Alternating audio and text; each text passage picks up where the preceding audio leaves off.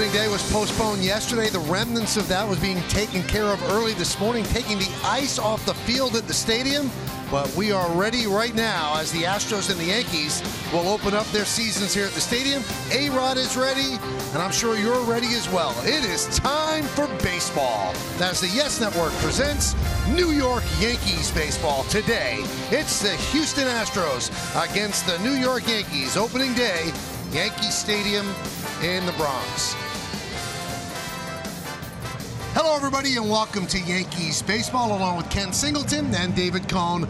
I'm Michael Kay. Yes, another season begins and hopes are high. Joe Girardi spoke before the game and said that this team, this 2016 Yankee team, is better on paper than last year's Yankee team that made the playoffs. Do you agree? Well, the Yankees made the playoffs last year. They didn't stick around very long, so I think they made some adjustments. They got Starlin Castro for second base. He should add some offense and some defense for the Yankees. I think the Yankees are, of course, deeper in the bullpen, but it all depends on the health of the team and all the health of the rest of the teams, for that matter, how far this Yankee team goes. Let's take a look at this pitching matchup. It's familiar because this is the wild card pitching matchup from last year, brought to you by People's United Bank and see what know-how can do for you. The reigning American League Cy Young winner, Dallas Keuchel, will get the start for the Astros. And for the Yankees, it's Masahiro Tanaka, 12-7, 3.51. What Tanaka can we expect today, David? Well, that's what everybody wants to know. As you talk about Masahiro Tanaka, you always think about potentially the health of his elbow.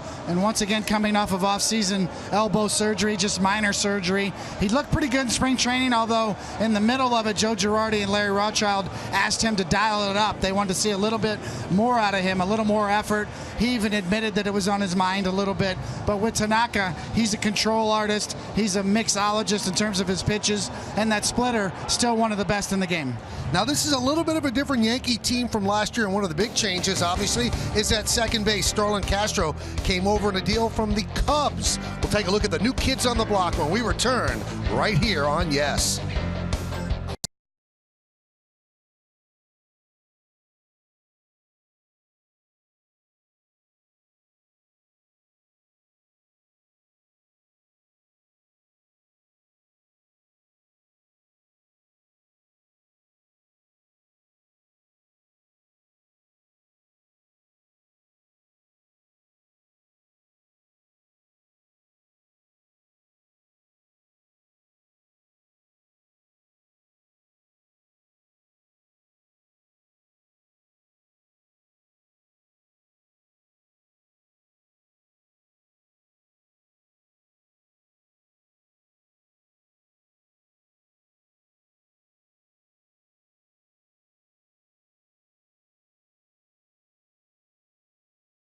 Welcome to the Yankees. These are the new kids on the block. Aroldis Chapman will start the season suspended. He'll rejoin the team in May. You've got Starlin Castro, Luis Cessa, Aaron Hicks, who's in the starting lineup today, Johnny Barbado.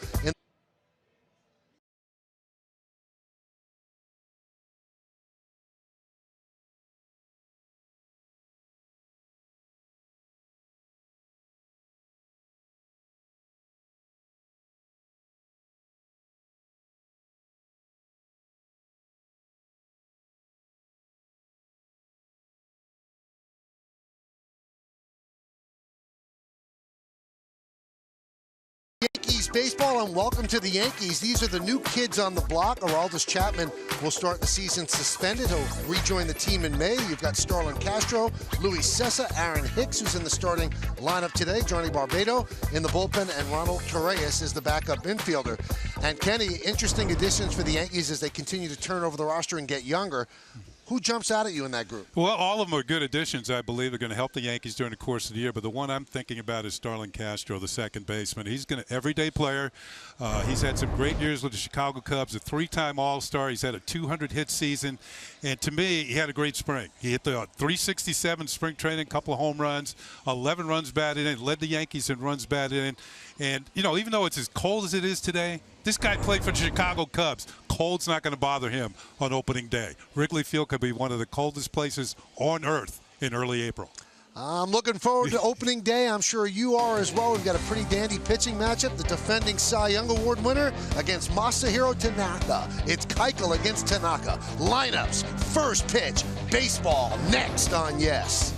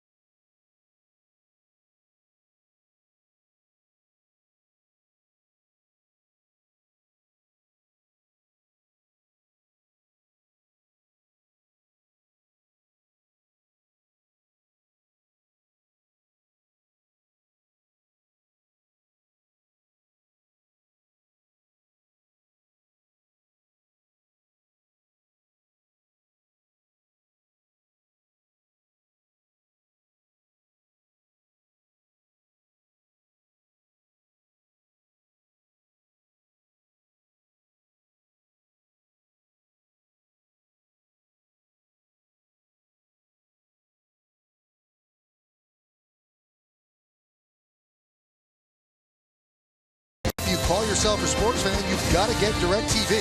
Call 1-800-DIRECTV. It is a afternoon here at Yankee Stadium, but much better weather than yesterday. Yesterday was the scheduled opener, and you always have an off day after the opener so that you can make up in case it is rained out, and that's exactly what happened yesterday. Yankees decided to bang the game at about 8:15 in the morning, saving a lot of people the aggravation of coming here. And they came here today, though, to see the home opener. Let's look at the game time weather presented by Bigelow Tea. It's 36 degrees right now, wind 14 miles per hour, humidity is 28%. It is mostly sunny and cold as the crowd is bundled up against the elements. The Yankees have taken the field decked out in their home white pinstripes. Masahiro Tanaka not yet warming up because we have a very special first pitch for the Yankees. It's going to be really a beloved Yankee, the MVP of the 2009 World Series champions, and it is Hideki Matsui. And Matsui received the Pride of the Yankee award last night at the Yankee Welcome Home Dinner. Gave a great speech where he referenced David Cone in that speech, and said he's looking forward to facing David Cone in Old Timers Day this year. Yes, he knows who serves him up at this point.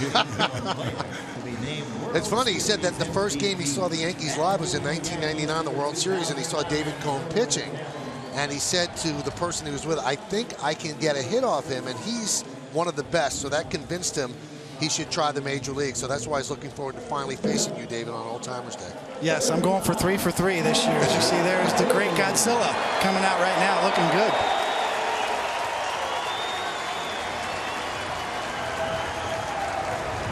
So he is going to get the honor of throwing out the first pitch here on opening day.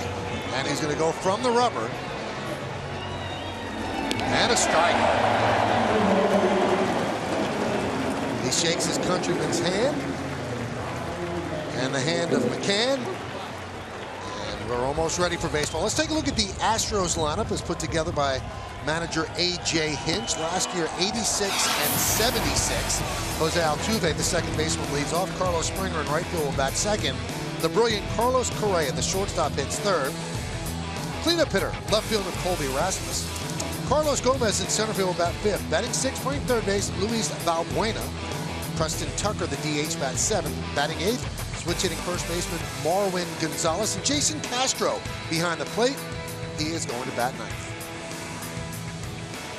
We get a look at Masahiro Tanaka, ready to go. Opening day, there was a little question towards the end of spring training whether Girardi would hold true to what was looking to be a foregone conclusion, and that being Tanaka being the opening day guy, and he was the last guy to pitch for the Yankees in that wild card game, and really an abbreviated year last year, but excellent numbers as you notice the hits and the walks per innings pitched.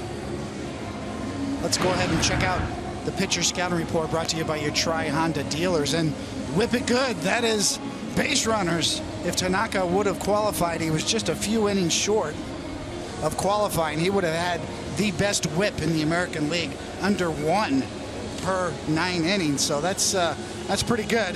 Dallas Keuchel led the American League in that category. And the Mixmaster, you talk about Mixmaster, he mixes his pitches more than ever before. And really in the last month, September last year, he only threw his fastball 26% of the time. Actually threw a splitter more than his fastball. Kind of pitches away from that fastball. And then always on my mind, well, you can't help but think about the elbow when you talk about Tanaka. Obviously, it was a good thing he did not have the Tommy John surgery. The Yankees got a nice year out of him last year, looking to do it again this year. But you can't help but think about the health of his elbow when you talk about Masahiro Tanaka. I thought you were going with a Willie Nelson reference there. It was. All right, so Jose Altuve digs a hole in the right-handed batter's box. 313 last year. He's ready. Tanaka is ready. And let's do it here in the Bronx. The first pitch is high, and we're underway. Dana DeMuth is the home plate ump. Greg Gibson at first, Ed Hickox at second, and Mike Estabrook is over at third.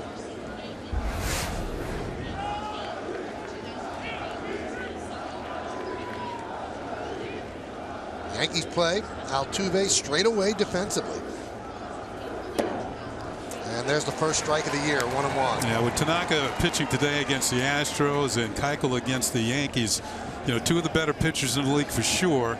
But the fact is they're facing some power-packed lineups. Only 3 teams in the American League had over 500 extra base hits, and 2 of them are playing today at Yankee Stadium. 1-1. Swing and a miss, 1-2. And it wouldn't take much to guess which the third team was. That was the Toronto Blue Jays.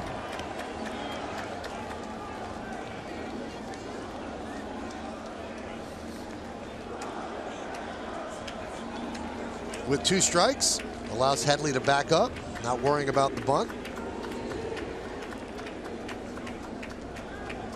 And Tanaka deals. Foul back.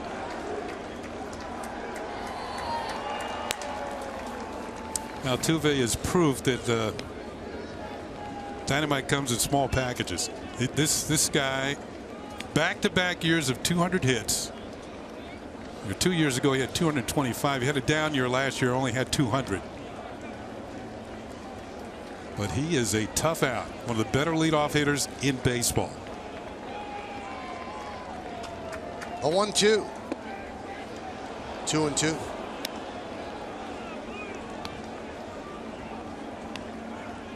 Altuve just 5'6", but certainly a spark plug for this Astros lineup.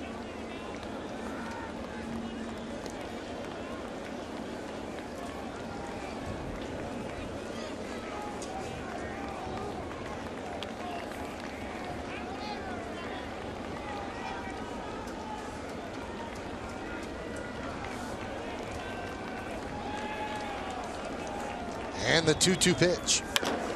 Grounded to short. Gregorius gets a nice hop across the diamond low. Scooped up by Teixeira. 1 away. Let's take a look at the Yankees defense, which is presented by Geico. In the outfield, you've got Aaron Hicks at left. He has an outstanding arm. You want to keep an eye on that. Ellsbury in center, Beltran over in right. In the infield, Headley's at third. You saw Gregorius at short. Starlin Castro is the new second baseman, and Mark Teixeira with 5 gold gloves flashed a little leather right there. He's at first. Brian McCann behind the plate, and Tanaka is on the mound. Yeah, you saw an example of Teixeira's ability at first base in saving Gregorius an error on the first play of the year. Here's George Springer. Swings at the first pitch, and a high fly ball to shallow center. Ellsbury there, 2 away. Should keep an eye on pop-ups and fly balls today. The wind is really whipping here. If you look at the flags atop the stadium, it's hard to tell what direction the wind is blowing, but on that fly ball to center field, it looked like it was more from left to right. And it's, you know, not only a cold day, but it's a windy one as well. Well, we mentioned 36 degrees. This is the coldest regular season game in the Bronx since April 8th of 2003. The home opener then, it was 35 degrees, and in that game, Hideki Matsui hit a grand slam off Joe Mays of the Twins. Here's Carlos Correa, 21 years old. And a strike. Well, that was a welcome to the Bronx for Matsui. It wasn't a big game-winning grand slam. The Astros expecting game winners out of Carlos Correa. There's people say he might be the MVP this year after being Rookie of the Year last year. A former #1 pick, not a first rounder, but a #1 pick in the first round, and the first American League #1 pick to win Rookie of the Year. Is that why he wears #1? He wants to be #1. That's the reason that he wears it. Now in the National League, 3 players that were #1 picks won the Rookie of the Year: Darryl Strawberry, Bryce Harper, and Bob Horner. Bob Horner.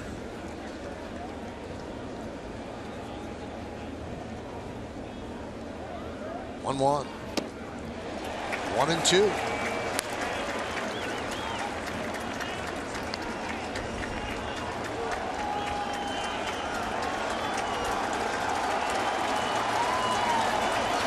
Have yet to see the great Tanaka splitter. Some good sliders so far.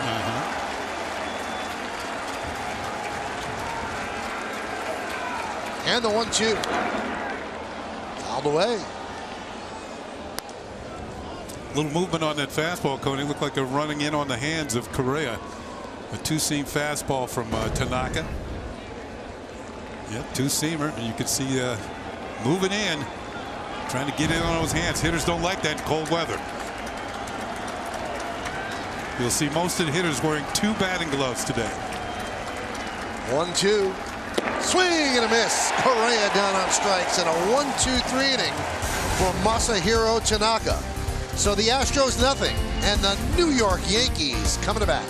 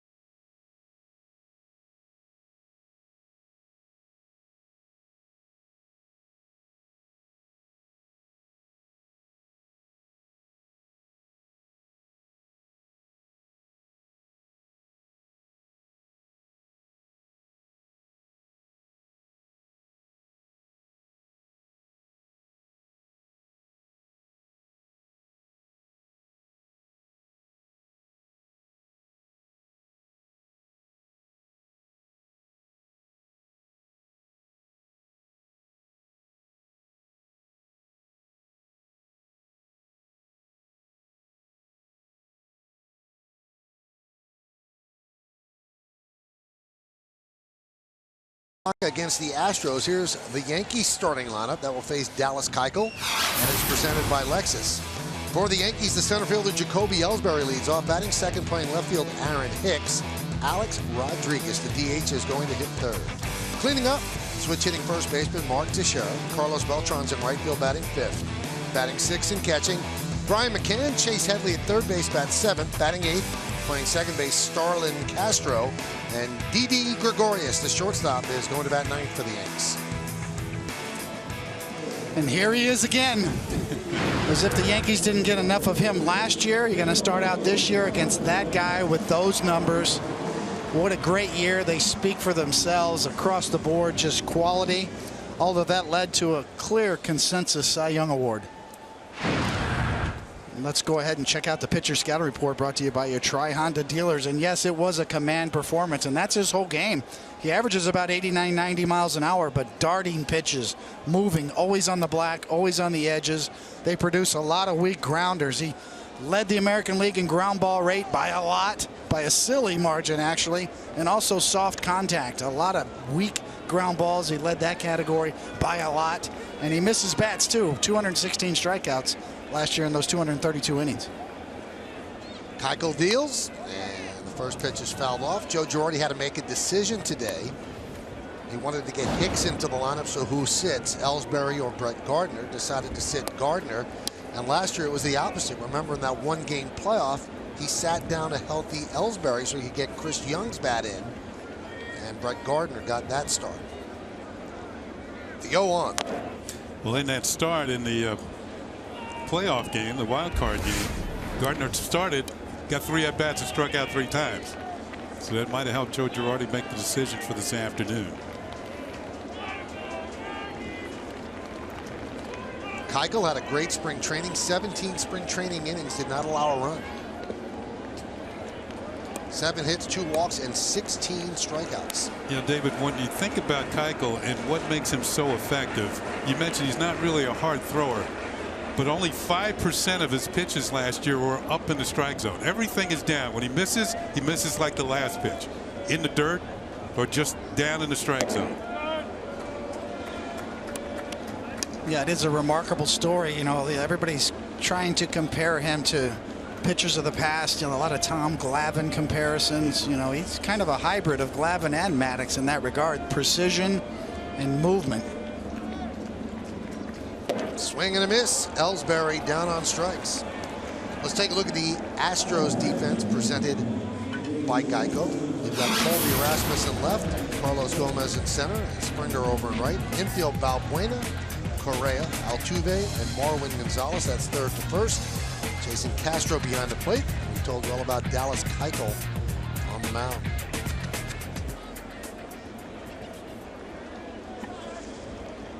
Well, here's the Yankee debut of Aaron Hicks. John Ryan Murphy was sent to the Minnesota Twins in the deal that brought the Yankees Hicks, switch-hitting outfielder, strength from the right side.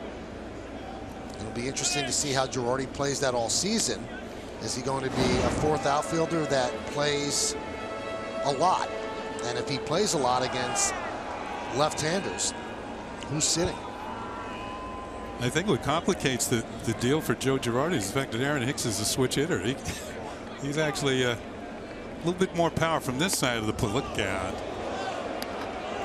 Hicks had 2 home runs in the spring, and both of them were batting right-handed. He touched up David Price and Jay Happ. Yeah, clearly a high ceiling on the talent side for Hicks. Still young, former #1 draft. You know, while you glowing numbers for Keuchel, I think there's one thing we should remember. He had a losing record on the road last year. He was an historic 15-0 at home, but 5-8 on the road, despite the fact his other numbers on the road are pretty good. And it kind of mirrored his team. So Aaron Hicks with a 4-pitch walk, and that'll bring up Alex Rodriguez. And third in the order, the designated hitter, number 13, Alex Rodriguez. First at bat of the spring, Alex hit a home run and did not have a home run the rest of the spring. Last year he had 3 home runs in spring training. Said he's not worried at all, feels good, feels healthy, and here he is with a runner on first and 1 out in the first.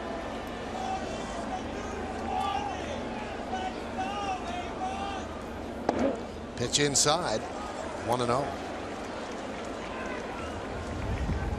It's one of the things I always worried about in this kind of weather, when it's breezy as well as cold, and you're a guy that really relies on control, like Keuchel and Tanaka for that matter. Can you really feel the ball? Definitely inhibits your ability to finish your pitches. Ground ball. That's Altuve. He steps on the bag and fires to first, pulls Gonzalez off the bag, but he tags A-Rod on the way by, so that's a 4-3 double play. Yankees don't strand anybody. We go to the second.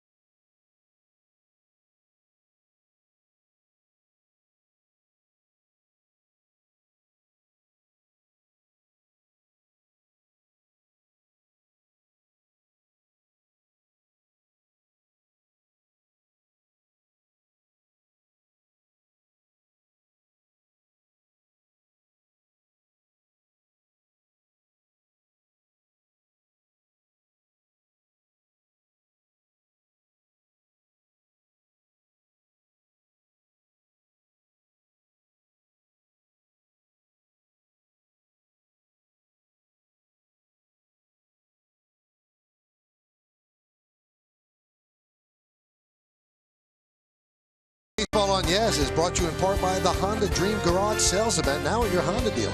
By Benjamin Moore, the official paint of the New York Yankees. By Pitney Bowes, the world of commerce needs craftsmen. Pitney Bowes, the craftsman of commerce. And by your Tri-State BMW Centers.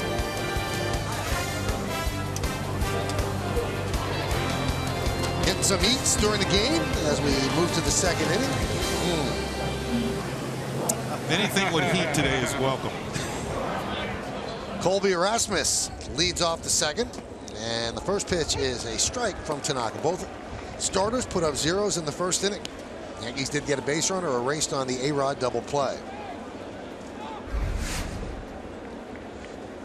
Erasmus from Alabama, and he's dressed like you know, it's mid-January here in New York. Count 0-2. He's going to keep warm the best way that he can. Colby Erasmus, one of the first guys, or the only guys, to accept the qualifying offer. I think he was first. Yeah, I think he's the first guy ever to say, okay, I'll take that qualifying offer. And I believe he's the highest paid player on the team because of it. The qualifying offer this past winter was $15.8 million. Yes, so rather than be a free agent and go out and look for security on a multi-year deal, he likes Houston. He thrived there last year, and he said, okay, I'm staying. 25 home runs. Broken back, ground ball to Castro. He gets his first chance, and a nice stretch by Teixeira for the first out. Now, speaking of Starlin Castro, that brings us to today's Cold Hard Facts. They're brought to you by Clean Crisp Coors Light. Second baseman for the Yankees. In the 2015 season, we saw 6 of them. Stephen Drew, 123 games, then Perella, Ryan, Ref Snyder, Gregorio Petit, and Dustin Ackley. So the Yankees are looking for some stability at second base. And as David said during the pregame show, they have him under control for 4 years. He's under contract. He's young. And they look at Gregorius and Castro as their double play combination for quite a while. Here's Carlos Gomez. Swings himself out from under his helmet. 0-1. Yeah, he's the Eduardo Nunez of hitters. Nunez, when running the bases, the helmet pops off. It'll happen to Gomez repeatedly when he's swinging.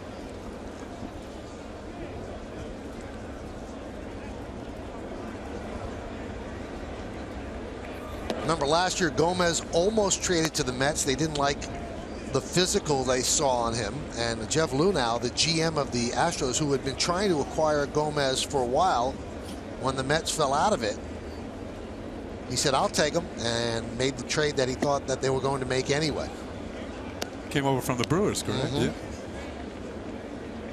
He's got some talent, power, speed, good defender. He's won a Gold Glove in the past. It was time for the Astros to spend some of that equity in the form of draft picks all those years and finally make some trades and get some current talent.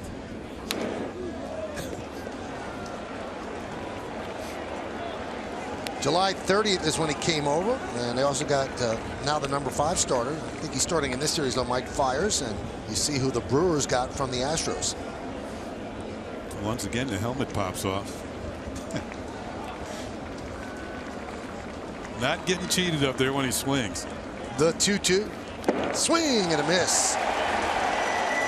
2 away. Second strikeout for Tanaka. Kind of waiting for that splitter. And here it is. And Yes Mo. Darting and diving down. Yes Mo brought to you by your Mercedes-Benz Tri-State dealer, and the K provided by Tanaka-san. Finally, helmet stays. Joe Cocker would have been proud. You can leave your hat on. Here's Luis Valbuena. 3 infielders on the right side for the Yankees. For the lefty swinging Valbuena. Only Chase Headley on the left side of the infield. Ellsbury shades a step or 2 toward right center. Valbuena's at third today. He can also play some first base.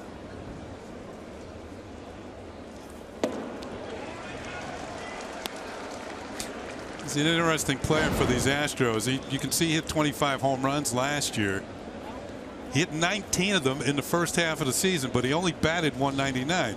His batting average went up in the second half, but he only hit 6 home runs. There's got to be a happy medium there somewhere. 1-1.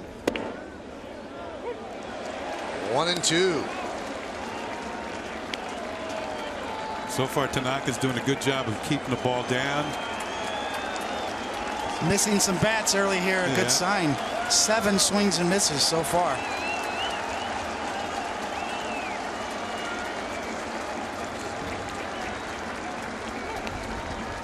Good look at the signs from Brian McCann. Valbuena got tired of waiting.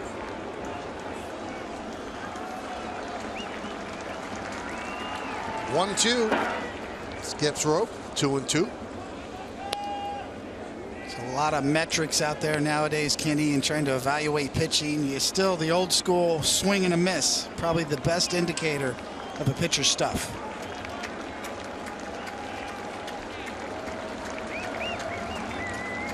Two balls, 2 strikes, 2 outs.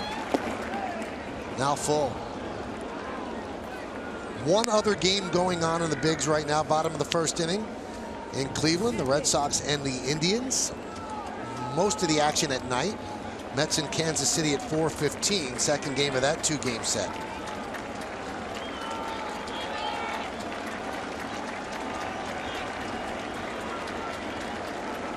Three-2.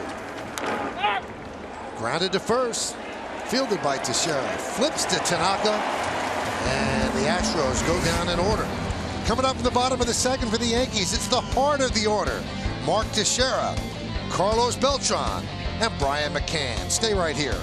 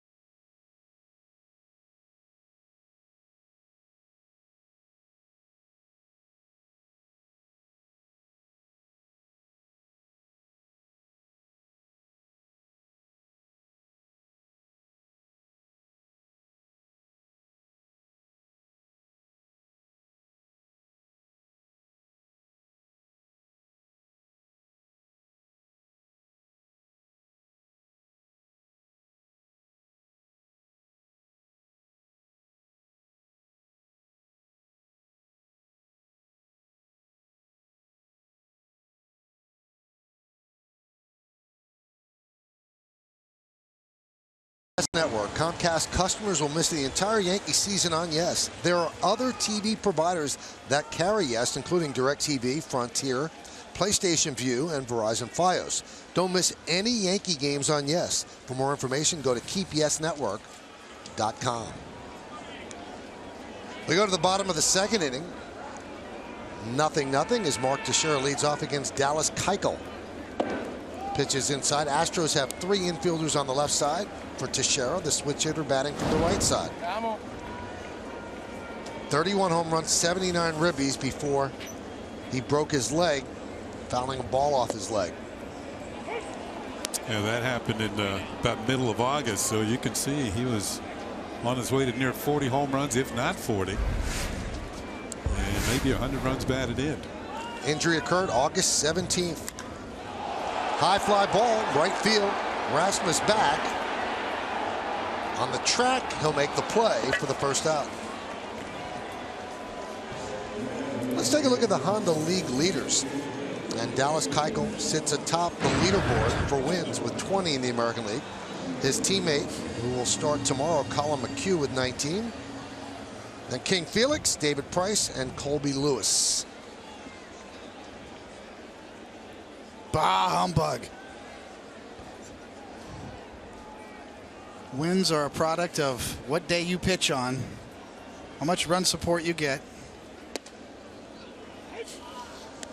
I know. Here we go. Here we go. I'll say this. I did like winning 20. It helps if you can pitch a little bit. Count 0-2 on Beltran.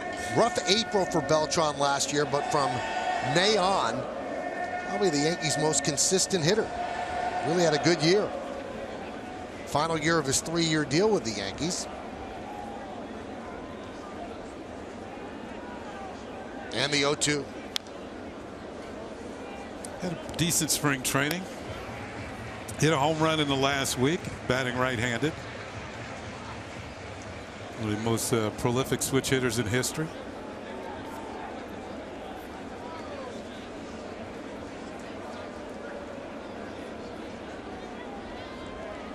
The 0-2. You can see the dilemma for the hitters. Time and time again, you'll see those little foul balls at home plate off Keuchel because the ball moves so much. You think you have it squared up when you go to swing at it, but as Coney said, a lot of late movement, and your foul pitches off, you hit weak ground balls, and it's hard to square them up on the barrel. He gets them down in front of home plate too, and he's a Gold Glover. So more pitches that are beaten straight down over home plate or onto home plate back up the middle. The Keuchel's quick as a cat and snares a lot of them. Yeah, and won the Gold Glove last year. You have two of the better fielding pitchers in the league squaring off today. Tanaka's no slouch either. 1-2. Fly ball, left field foul.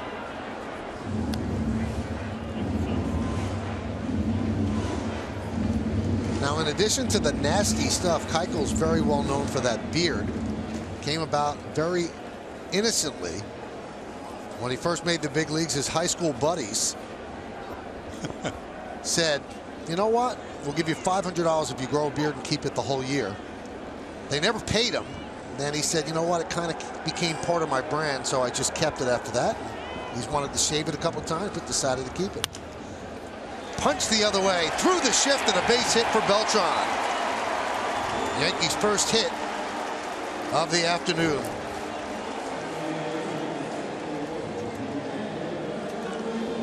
Dallas Keuchel has been pretty awesome for the Astros. Now, he didn't start off great. Look what he did in 2012 and 13, but then it started to click in, and against the Yankees, including the postseason, 3-0 with 28 strikeouts in 3 starts last year. So the Yankees looking for a way to solve Dallas Keuchel. You got to remember those early years when the Astros were really struggling. They had one year where they won 51 games.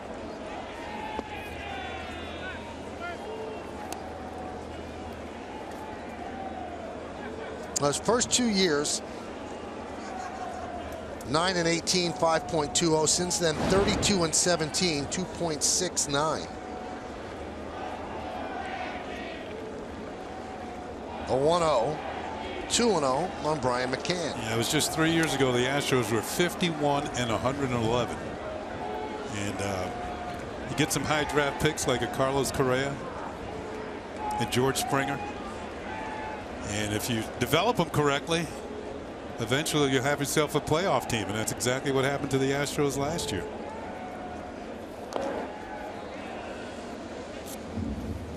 That's a whole lot of losing. 51-111.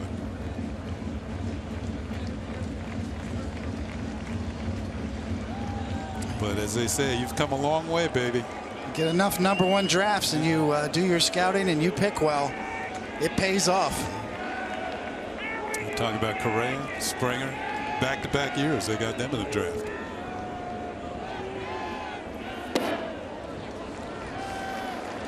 Three and 1 on McCann. So the shift is on for McCann. 3 infielders on the right side. Gonzalez holds on Beltran at first.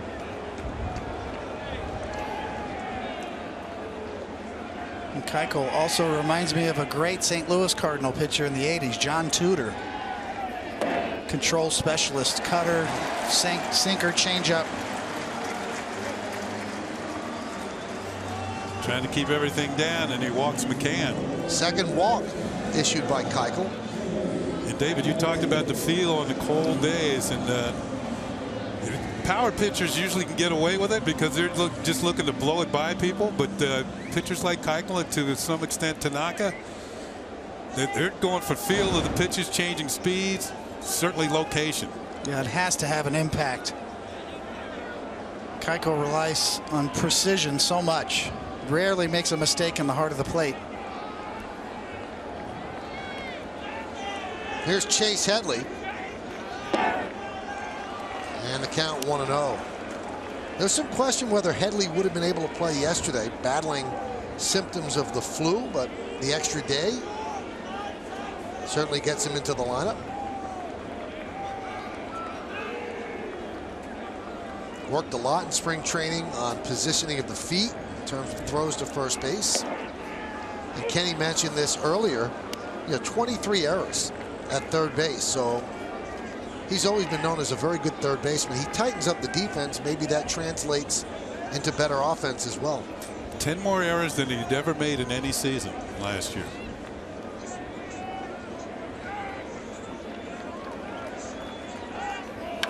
Ground ball up the middle. Correa bobbles, fires to first, and they just get Headley as the runners move up. Headley thinks he was safe. Tony Pena, the first base coach, points into the dugout, so they'll take a look at the replay to see if they should challenge. So hold off before you write it into your book. Was his foot on? It looks like it was. Yeah, it does. Marwin Gonzalez with the boarding house reach here. Not only with the glove hand, but with his foot. It looks like he did maintain contact, and Headley's going to be out. Well, the Yankees have an opportunity here to do something they weren't able to do against Keuchel all last year. Push across a run. Second and third, 2 outs. And the Yankee debut of Starlin Castro. Let's see how careful Keuchel is with Castro. He's got a left-handed hitter up next. Now they play Keuchel to pull with 3 infielders on the left side. Only Gonzalez on the right side. Obviously playing Castro to pull against Keuchel. And there's a strike.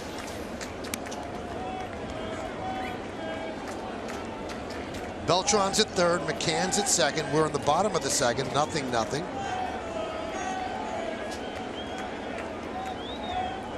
Keuchel has walked 2 and allowed a hit. So a big spot in his initial Yankee at bat for Castro. Line drive, fair ball down the left field line. That'll score 2. Castro welcomes himself to the Bronx with a big 2-run double. Yankees up 2-0.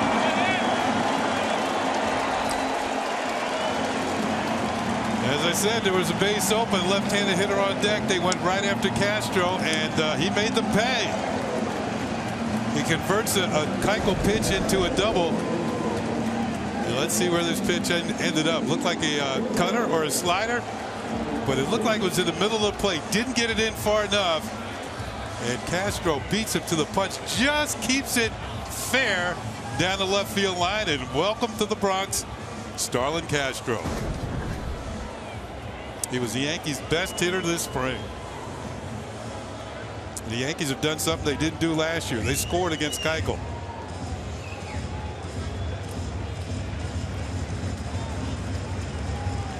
So the newest Yankee introduces himself in a big way with a big hit against a guy the Yankees really could not touch last year. Here's D.D. Gregorius.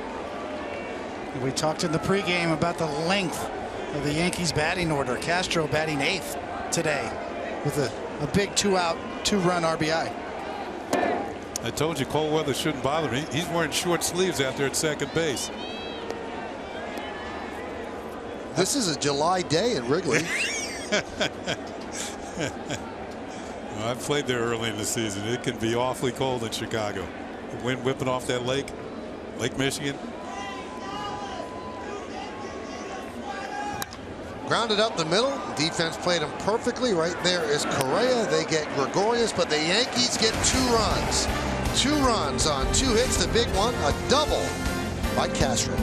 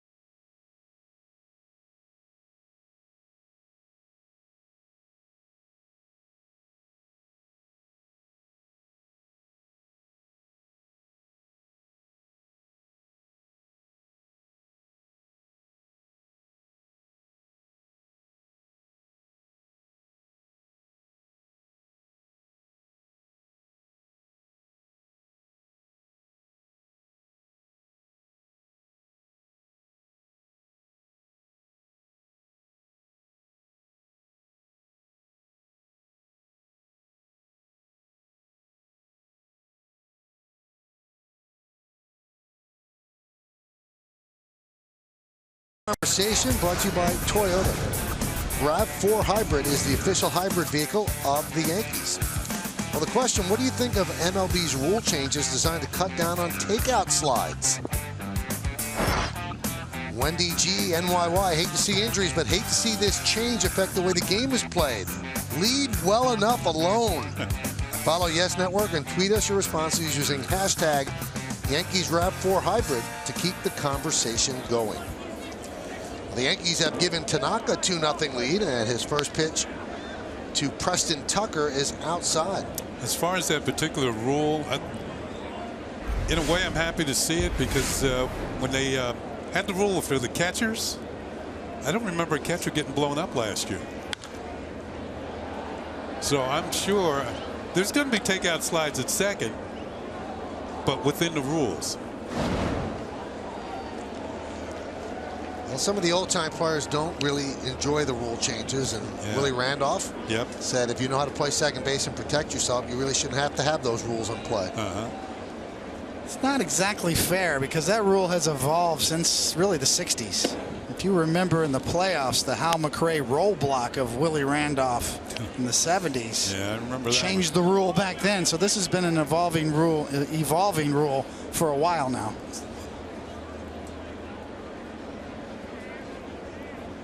All you gotta do is go to Google, YouTube. It's on there. Line drive left field. Hicks on the run makes the play. Got a good jump. 1 away. Hicks has the ability to play all 3 outfield positions and play them well. As we saw during the course of spring training, you don't want to try and take an extra base on him.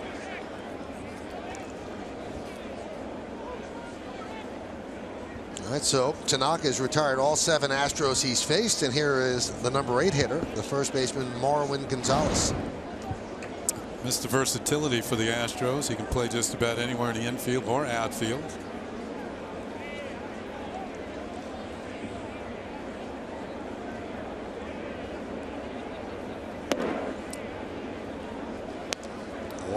During the course of this series, we should see a youngster for the Astros, Tyler White, who made the team. He was in a competition for first base with John Singleton, and another prospect they have, A.J. Reed. Drag bunt, and it kicks foul. But Tyler White made the club. and is going to get a lot of playing time at first base. Well, the Astro bench today has 4 right-handed batters: Jake Marisnick, Tyler White, Kenny talking about, Matt Duffy, and Eric Kratz. So all right-handers ready to be unleashed by A.J. Hinch. Hinch did a fine job managing these Astros last year. Got them to a wild card spot. We all know they beat the Yankees here at Yankee Stadium. 41 years old, a psychology degree from Stanford. Guess you need that as a manager. Nowadays, without a doubt. 350 big league games as a catcher. So one more catcher in the dugout as a manager.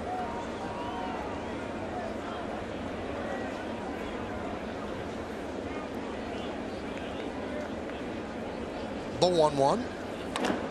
Grounded to first. Teixeira bobbles, stays with it, takes it himself, 2 away.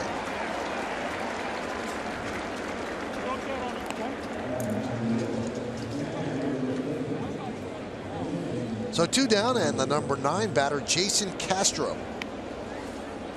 Tanaka's done a good job so far of keeping the ball off the fat of the bat. Only ball hit hard was the one hit by Preston Tucker. That was run down by Hicks in left field.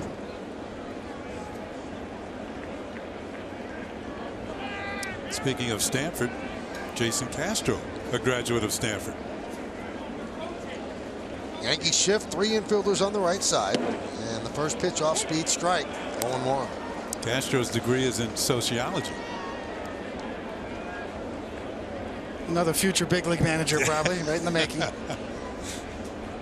And another first-round draft pick of these Astros.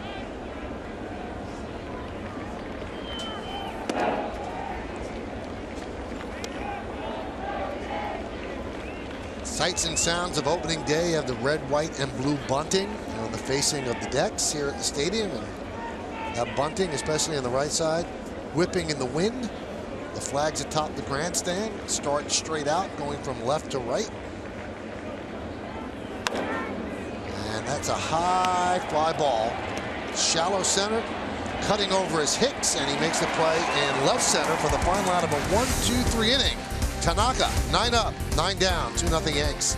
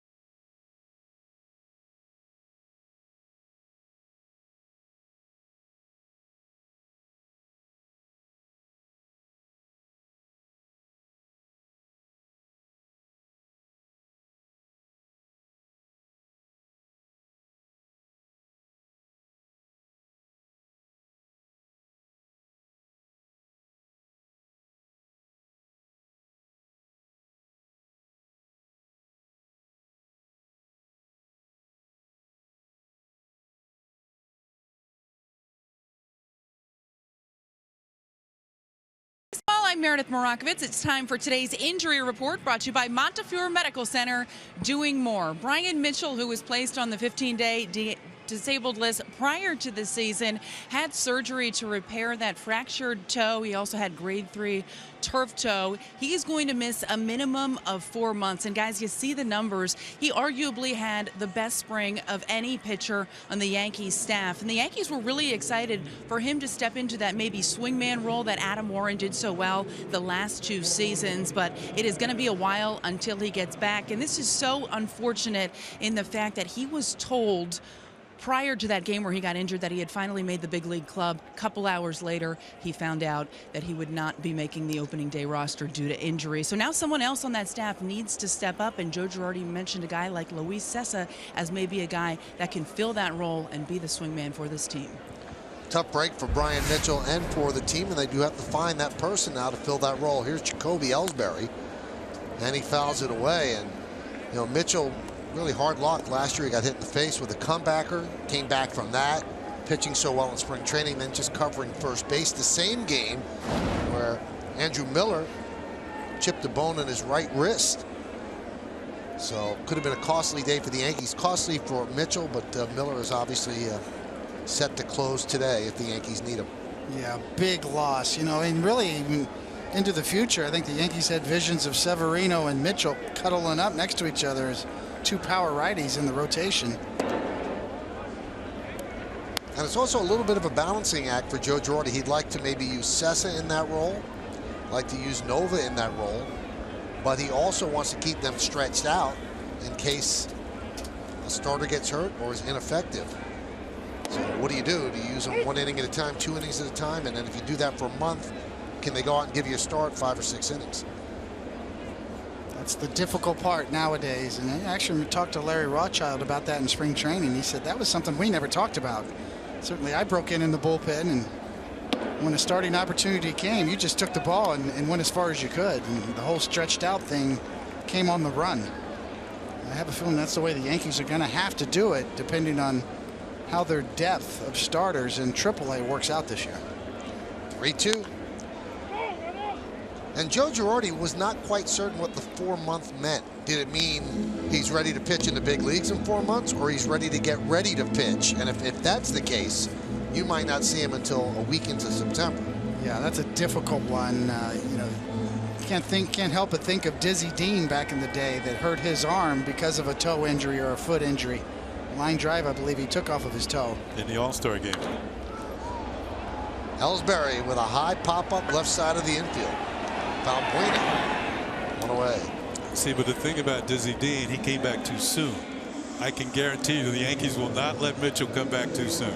Yeah, that is the key. I mean, it's his left foot, the left toe, and that's his land leg, and that's so important to transfer your power. All your weight is transferred, and you have to be able to plant that foot and take stress off of your arm. Here's Aaron Hicks, who walked in his first Yankee at bat in the first inning, batting second in the lineup today. Switch hitting left fielder, can play all 3 outfield positions. And there's a strike from Colin McHugh. Check that, Dallas Keuchel. Colin McHugh starting tomorrow.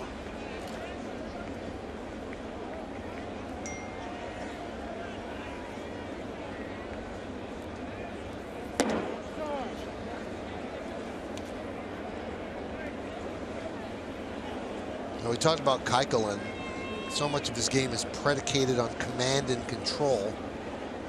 According to Fangraphs, last year, his average fastball was 89.6 miles per hour. That's the 65th amongst qualified starters. CC Sabathia, 1 above him. Aaron Harang, 1 below him.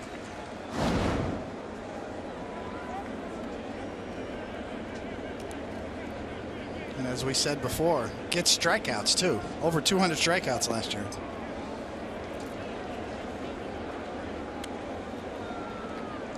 And when you get that many strikeouts, you throw a lot of pitches, and he threw the most pitches in Major League Baseball last year. I look at Carlos Gomez in center field. He plays just about every right-handed hitter to the off-field gap. A lot of pressure on the left fielder Rasmus. Strike 3. Hicks down looking. Well, this week only, T-Mobile customers can get a free season-long subscription to MLB.tv Premium. Go to T-Mobile.com/MLB to sign up now and catch every moment on America's fastest-growing LTE network.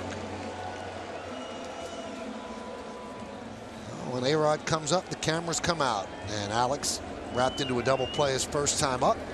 Alex comes into the season just 13 home runs away from 700. 687. Which means he's 27 behind Babe Ruth on the all-time list.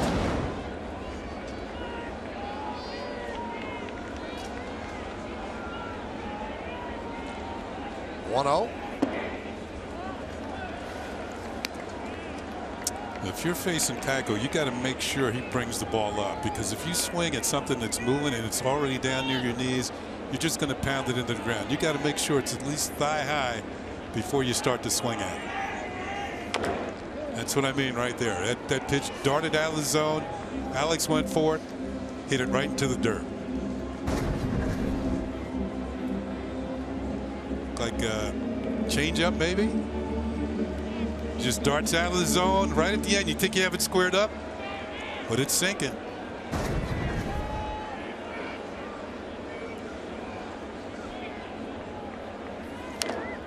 Two and two. It's 2-0 Yankees on Starlin Castro's 2-run double in the second inning.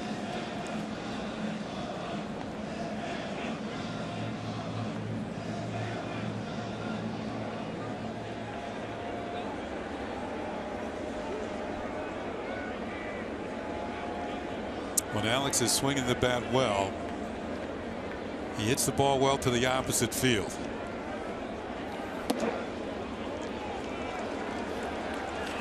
Three and two. Last year, 250, 33 homers, and 86 runs batted in. And that's after really a bad final 6 weeks of the season where the bottom fell out. And he admitted he got a little tired after not having played the previous year because of the suspension. And A-Rod works a walk. Third walk issued by Dallas Keuchel. Well, played under umpire Dana DeMuth. Looked like he flinched, but didn't call it. 2 straight fastballs on the inside corner. Very close. If I am on the mound, I want this. See, good framing ability as he catches it just off the plate in. Yep, inside. The previous pitch, I think, was a little better than that one.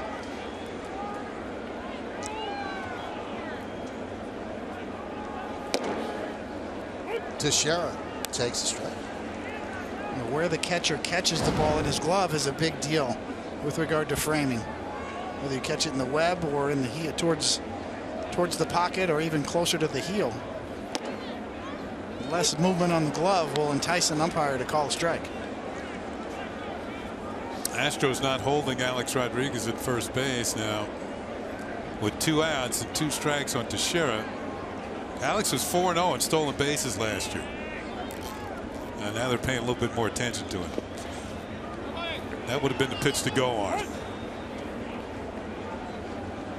First baseman Marwin Gonzalez kind of fainting behind A-Rod to make him think about going back to first. This pitch is in the dirt, and if he'd gone on this one, he would have made it.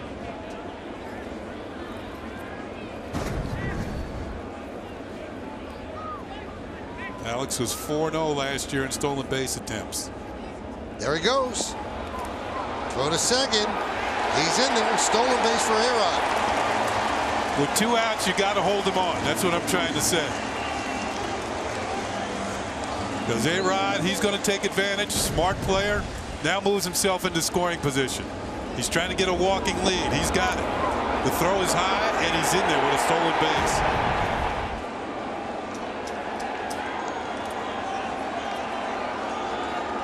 There's still some life in those legs. Yankees have a runner in scoring position. 2 balls, 2 strikes, 2 outs. They lead 2-0. Bottom of the third here on opening day at Yankee Stadium. Keuchel deals. Count is full. On deck is Carlos Beltran. Now, if there's a base hit by Teixeira, Alex is going to have to show some more life because the Astros have 3 very strong arms in the outfield. It's a good point. It changes the whole pitch selection for Keuchel now, as you see. Very careful with that 2-2 slider in the dirt. Now on 3-2, you cannot give in.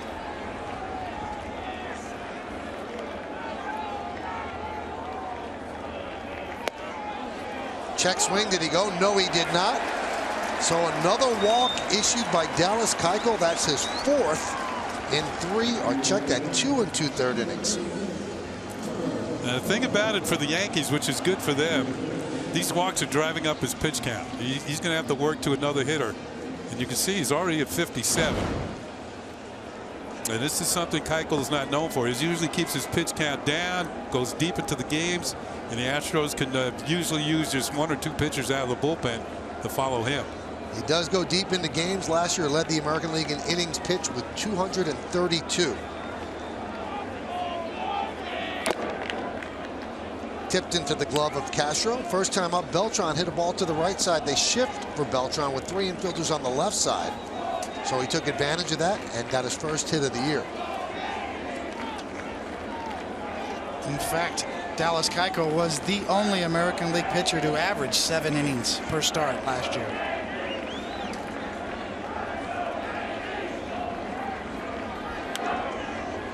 Last year, all of last year, he had 1 4-walk game, and that was June 20th at Seattle. By the way, for Alex Rodriguez, that was his 327th career stolen base.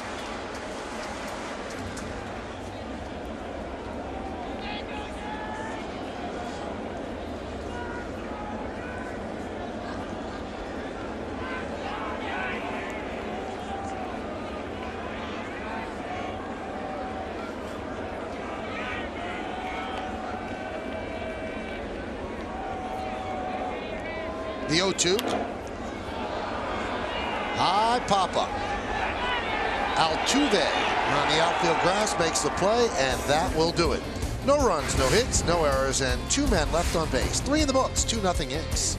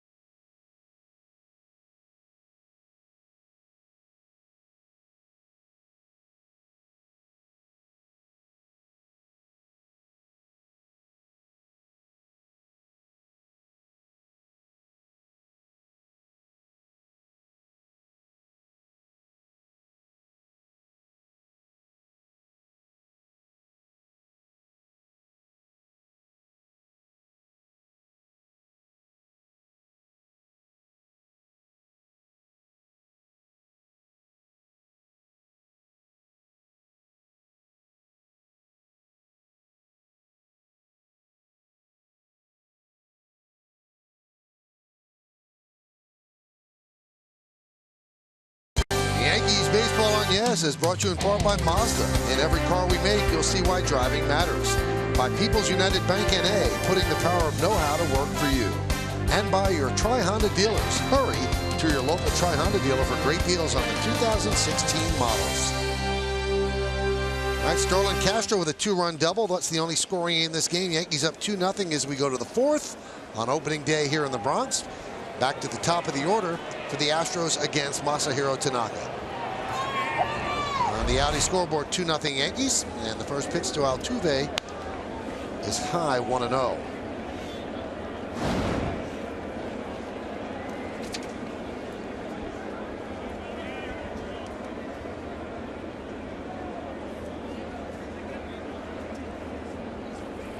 There have been only 2 other players in big league history, 5-6 or shorter, that had multiple 200-hit seasons.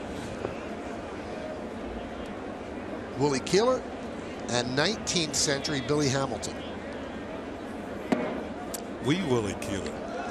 That was the 5-6 part. Yeah.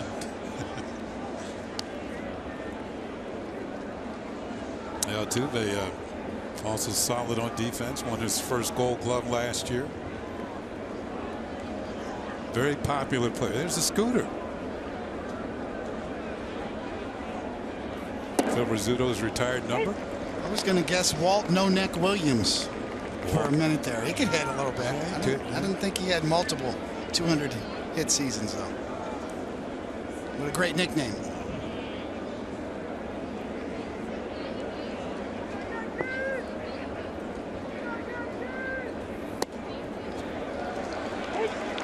Baseball is not his only area of expertise. Altuve also an expert ping pong player, but that's going to have to take a back seat when he keep putting up numbers like this.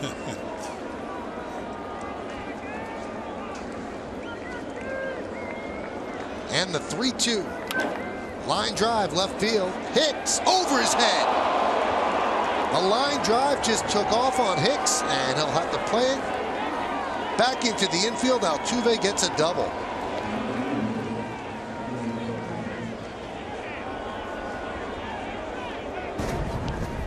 Well, this ball was hit like a rock, and they say the toughest play for an outfielder, and I can tell you for sure, it's a line drive directly at you. Hicks up, but not quite enough. Couldn't come down with it. And Altuve's at second base, the Astros' first base runner. Here it is coming right at you. And right over the head of Hicks. He has to run it down to the wall.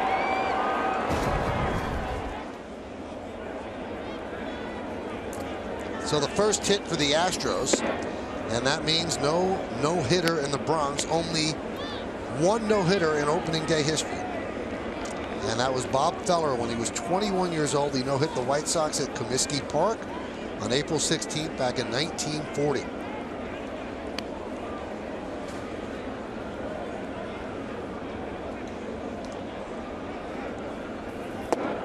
Bob Feller, he was already a 6-year veteran at the age of 21, wasn't he? I think he broke in like he was 15. So with a 2-0 count on Springer, McCann wants to talk with Tanaka. It's the first time Tanaka's had to work out of the stretch this afternoon. Facing Springer from New Britain, Connecticut. He's a Yukon Husky. Both his parents graduated from the University of Connecticut, so kind of a local product.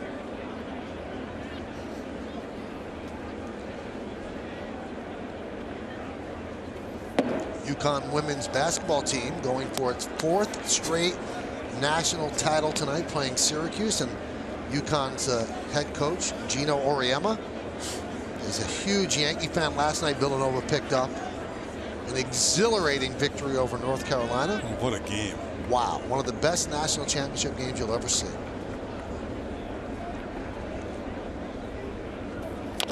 Turned him loose on 3-0, a slow dribbler to third. And Headley has no play, a base hit for Springer, so they turned him loose on 3-0.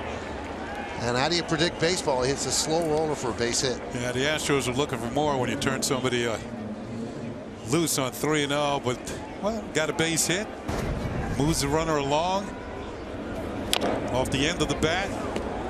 No play for Headley. He's thinking the full arm fake and maybe get Altuve rounding too far at third. Altuve wouldn't fall for the okie doke. Well, first threat here for the Astros. It had been 9 up, 9 down over the first 3 for Tanaka, and that's going to bring up the 21-year-old Carlos Correa, the number 3 hitter in the order for the Astros. First and third, nobody out. Bottom, should I say top of the 4th. The Yanks up 2-0. 1-0. Yeah, don't get so comfortable. If you can on a 35-degree day. That's something that the Yankees would like to see Tanaka do a little more of. He's got such good control on the edges to be able to make a hitter move his feet. Very effective pitch.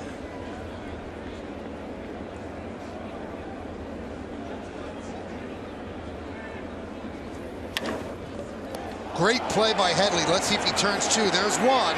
No return throw, so scoring is Altuve, an RBI on the fielder's choice, and the Astros now have a run. Yankees up 2-1. Give Correa a run batted in, but give Headley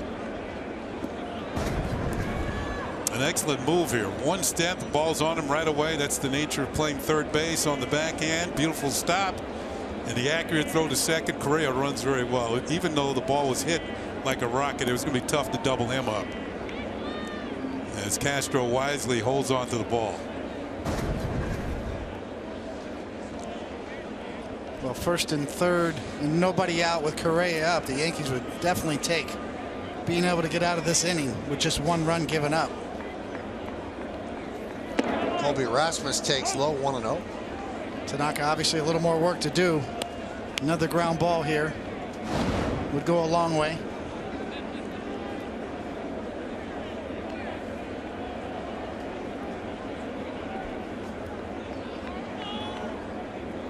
Two-1 Yanks, top of the fourth. Runner on first, one out. Teixeira holds on Correa.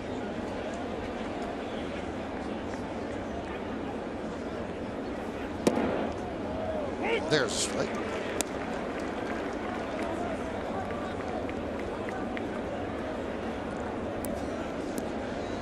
Tanaka's curveball been very effective today.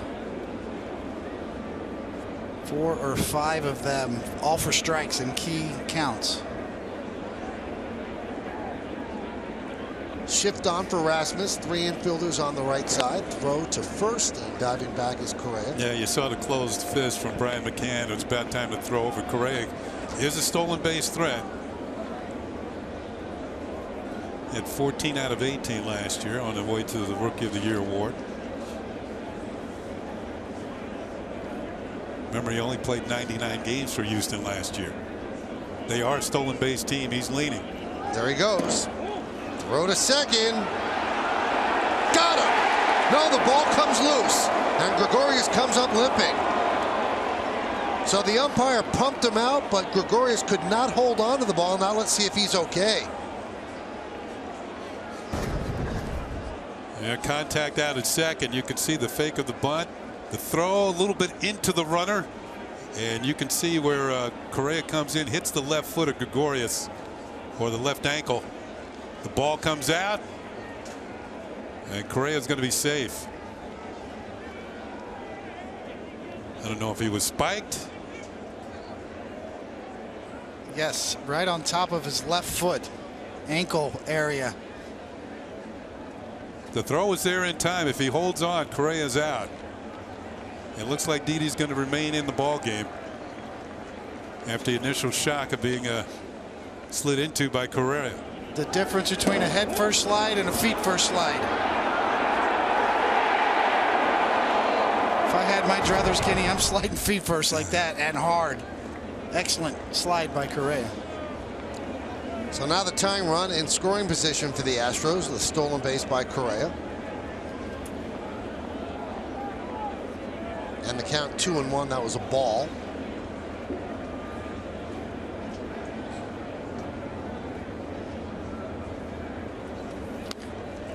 Soft ground ball past Tanaka. Castro gets Rasmus for the second out. Moving to third is Correa. Nice play by Starlin Castro. You know, these plays are a lot tougher when it's very cold. What you'll notice, a lot of the fielders in between pitches, they'll keep their throwing hand in their back pocket to try and keep it warm so they can have some feeling in it for a play like this. And it was an excellent play by Castro to get Colby Rasmus by about half a step. It's as bang bang as it gets.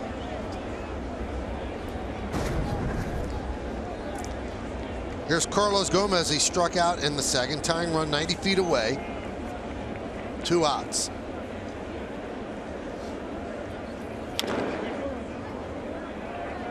Oh and 1.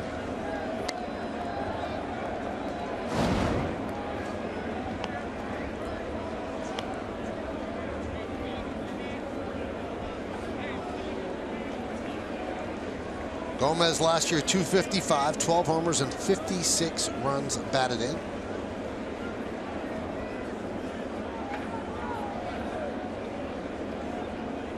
Tanaka deals the 0-1. Inside 1-1. Another good pitch from Tanaka as you see McCann imploring him to get the ball inside. Almost setting up in off the plate. A two-seamer running hard and in. Look at the target. Well off the plate. Push him off. Hey, Gomez stands almost right on top of it, which tells you he's a pull hitter looking to pull the ball.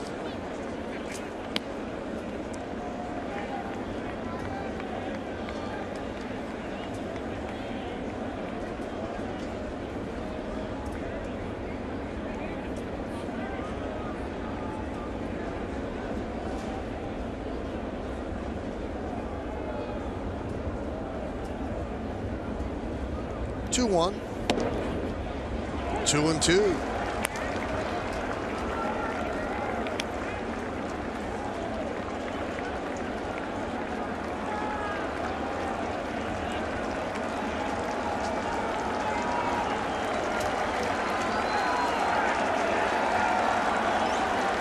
Cobb looking for a strikeout. Tanaka will take it out of any kind. 2 balls, 2 strikes, 2 outs. 2-1 Yanks. Pitch. Strike 3. Gomez down looking. But the Astros get a run. 2 hits, no errors, and 1 man left. We go to the bottom of the 4th. 2-1 Yanks.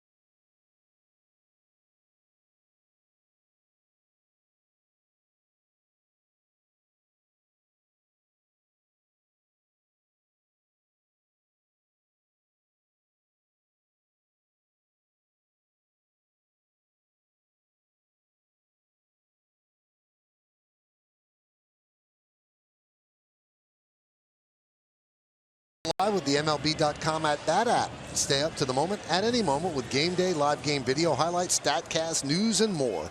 Download MLB.com at bat, the #1 app for live baseball on your phone and tablet. All right, 2-1 Yanks as we go to the bottom of the 4th inning. And Brian McCann will lead off against Dallas Keuchel. On the Audi scoreboard, 2-1 Yanks.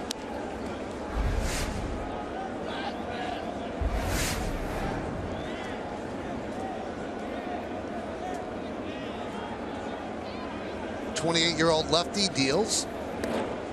Outside 7th round draft pick was Dallas Keuchel, 2009, 221st pick of the draft. So you don't have to be a first rounder to be a Cy Young Award winner. Yeah, he was out of the University of Arkansas, and in college, when you're the Friday night pitcher, that means you're the #1 pitcher, because the major schools, when they play conference games, they play 3-game series, Friday, Saturday, and Sunday. But during the week, they play non-conference games against maybe not so good schools. So if you're the Friday night pitcher, you're the lead pitcher in that big 3-game series, and that's what Dallas Keuchel was at the University of Arkansas. 2-2. Now, the name Dallas, a little bit unusual, and it comes from his dad liking the character Dallas Winston from the book The Outsiders. So he named his son Dallas. It's kind of unusual. A guy named Dallas pitching for Houston. Grew up in Tulsa.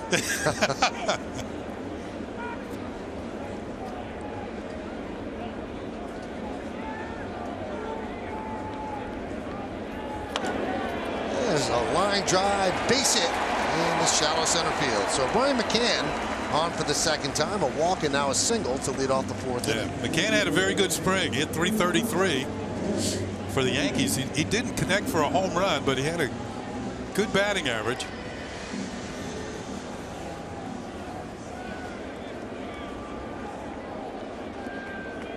On a day like today, you can see him blowing air into his hands, trying to heat him up. On a day like today, hits like that can hurt, but you take them anyway.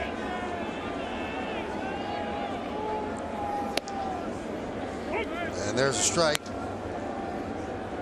to Chase Headley. Headley saved a big inning with the play that he made on the Correa ground ball. That gets through. Probably looking at more than one run for the Astros. That one gets away from Castro, but McCann stays put. Chase Headley was Alex Rodriguez's pick to really rebound this year. Called him probably the most important player on the Yankees.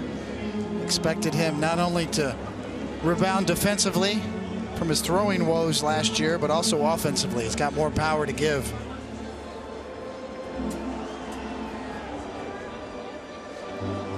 Here's a guy a few years ago led the National League in runs batted in while playing for the Padres.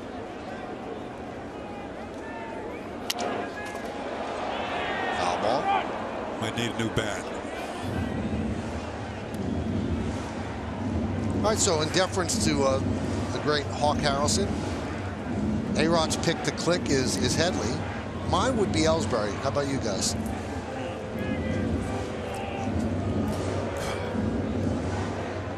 Look over the lineup here. As far as rebounding, who's going to be better? Who has to be good for the Yankees to be good? Mark Teixeira. Okay. I just think he has to remain in the lineup and be on the same pace that he was last year. 1-2. David. Well, certainly Ellsbury at the top of the lineup, without a doubt. He was so good when he's healthy. Got off to such a good start last year. Got derailed by his injury, kind of a freak injury in the batter's box. Affected his knee. Struggled down the stretch. I mean, when he's right and going well, he's dynamic. Headley down on strikes. I agree with you, Michael. So one away, and that's going to bring up Castro, who had the two-run double in his first Yankee at bat.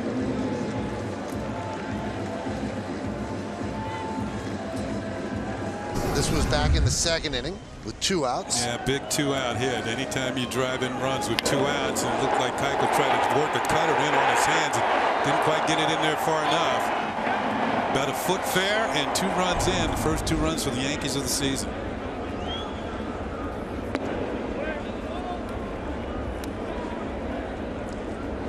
Yeah, he's got a free look at Castro as a second baseman when Joe Madden, manager of the Cubs, decided to move him there from shortstop. And really, he played very well and hit very well when he became a second baseman. And the Yankees made the move during the offseason to acquire him. Ground ball to third. Valbuena goes to second, one on to first. It's an around the horn 5-4-3 double play. No runs a hit, no errors, and because of the DP, nobody left on base. 4 in the books, 2-1 Yanks.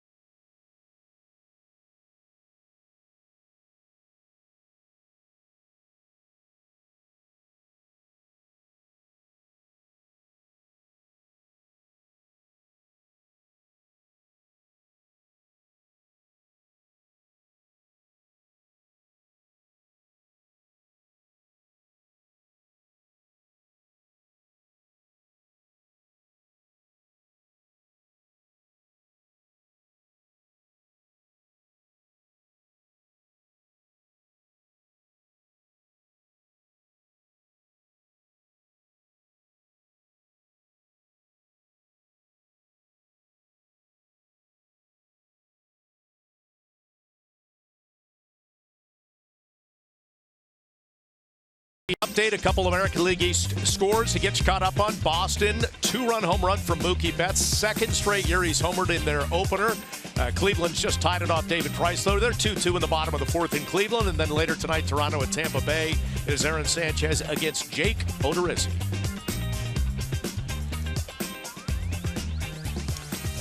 Good to have you in the booth, Bob. Thank you. Always good to be here. I love Always hanging nice with you, to see Kenny. you I kicked Coney out of his spot. I got to go find him. Coney owes me money. So, borrowed a 5-spot in spring training. Yeah, we are. Actually, Jack, Flash, and I got spots over in the press box. Nice. It's not as heated. It's not quite as comfy. It's real balmy here, Bob. Yeah. Well, we'll hear from Bob a little bit later on. Luis Valbuena tries to bunt and bunts foul as we start the fifth inning. 2-1 Yankees lead on the Cadillac scoreboard. Valbuena with a ground ball to first in the second, so he's 0 for 1. It'll be Valbuena, Tucker, and Gonzalez.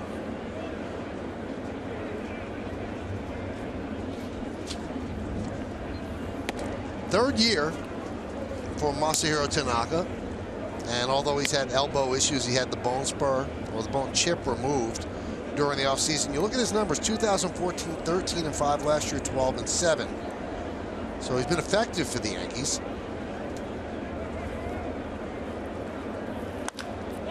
Ground ball to second, Castro. One away. Well, he's a strike thrower. You know, Tanaka, everybody talks last year, abbreviated season, didn't get the full season. Really, his 0.99 whip was the best in the AL last year with a minimum of 150 innings, and the lowest by a Yankee since Ron Guidry's 0.95 in that great year in 1978. So whip obviously refers to base runners. Limiting base runners is a big part of pitching. Hits plus walks equals whip. Here's Preston Tucker.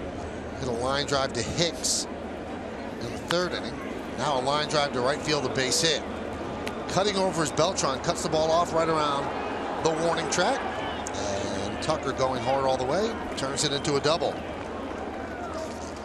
Fans, come out to Yankee Stadium on Sunday, April 17th, when the Yankees take on the Mariners. It's calendar day, and all guests in attendance are going to receive a 2016 Yankees calendar courtesy of MasterCard. For tickets, log on to Yankees.com, visit the Yankee Stadium ticket window, Yankees Clubhouse shop, or you can call Ticketmaster at 877-469-9849.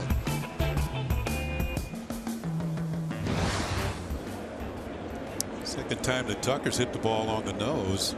He lined out to Hicks, and now with a one-out double here in the fifth inning. Yeah, he got a first pitch splitter that just stayed up. The first one all day that Tanaka kind of left up in the zone and paid for it with a double.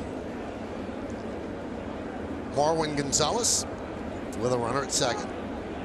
Pickoff gets past Gregorius and then trickles into center, but backing up is Castro, keeping Tucker at second. Yeah, there was some daylight there. I think if the throw was a little bit more on the money, where Didi didn't have to reach into the runner, they might have had him. The throw might have skipped in front of him as well, and Tucker able to get back. Yeah, I believe an accurate throw, they would have had him. No doubt. Yep. Love the idea. That's something that I've talked about with Paul O'Neill. If I could have a do-over in my career, I'd love to do more of this. Picks off a second? Yes, take advantage of trying to get easy outs on the base pass when you really need them. More pickoff moves, more possibilities to all bases.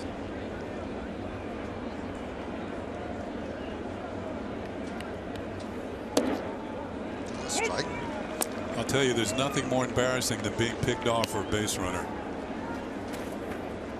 First base not so bad. Second base is really bad.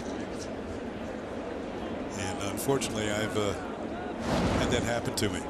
This one an easy one with the semi-shift going on. Gregorius right there.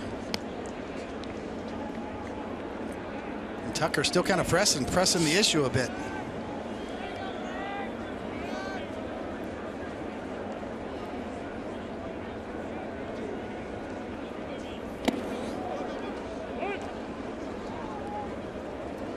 Michael, you asked the question in the last inning, the pick to click, the Hawk Harrelson. I had a talk with John Filippelli, the one and only, our boss, and he had a good point. you know, Mark Teixeira might be the pick to click because there's no depth behind him with the injury to Greg Bird. It was another big injury blow. We talked a lot about Brian Mitchell and his injury in spring training. Greg Bird also a big injury.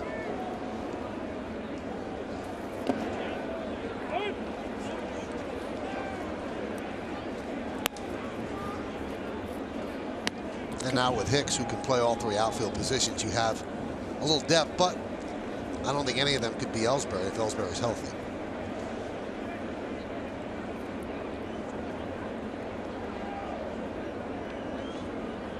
Gonzalez grounded out to Teixeira. That was in the third inning. Tucker leads off second. One man out. 2-1 Yanks. Top of the fifth. Grounded foul. It's that curveball Dave's been talking about. Throwing it in fastball counts. Yeah, Gonzalez out in front pulls it foul. Good pitching is all about the timing of the hitters, keeping the timing suspect from the hitters. You get predictable with your fastball. They can get predictable, but hitting the ball hard. Seen probably more curveballs and sliders from Tanaka today than splitters. Probably a hard day to throw the split with the weather conditions.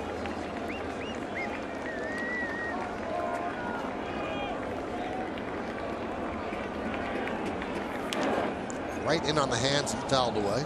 Would that be something you would talk to your catcher about in between innings? That you know, of course, with Tanaka, Ian McCann through his translator would have to talk about something like that. Absolutely, even before the game, into warm-ups, how you warmed up in the bullpen before the game, type of feel that you have of the baseball. Sometimes you really can't tell until you get on the game mound. Different from the game mound to the bullpen mound. I've had games warming up where you think you had great stuff and you got to the mound on the game mound, it completely reversed on you, and vice versa. Nothing warming up in the bullpen and all of a sudden you find it on the game mound.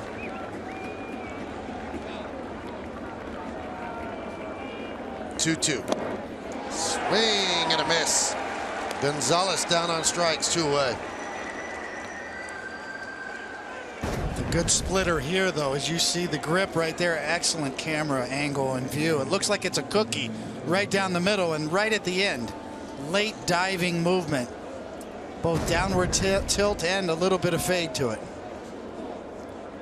That's the beauty of the splitter. It just looks like it's right down the middle. It looks like it's right there, and then at the last minute, once the hitter commits, it's gone.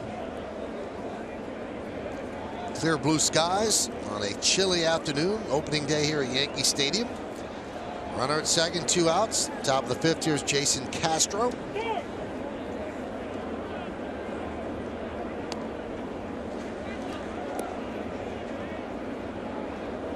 Castro with a fly ball to left. That was in the third.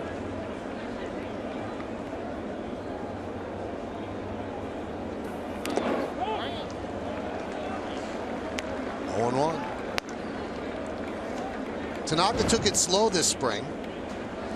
On October 20th, 2015, he had a spur removed from his elbow. Yankees knew about the spur when they signed him, and it was just a question of when it was going to have to be removed, so they removed it during the offseason.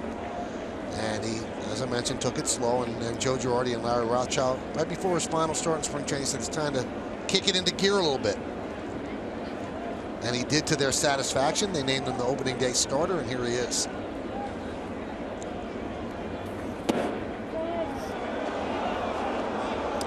So McCann hold that ball a little bit longer for Dana DeMute, the home plate umpire, and you can see Larry Rothschild, he wanted that one. It's pitch number 70. Another splitter diving. Good job by McCann to hold it. Looks like it broke just off the plate.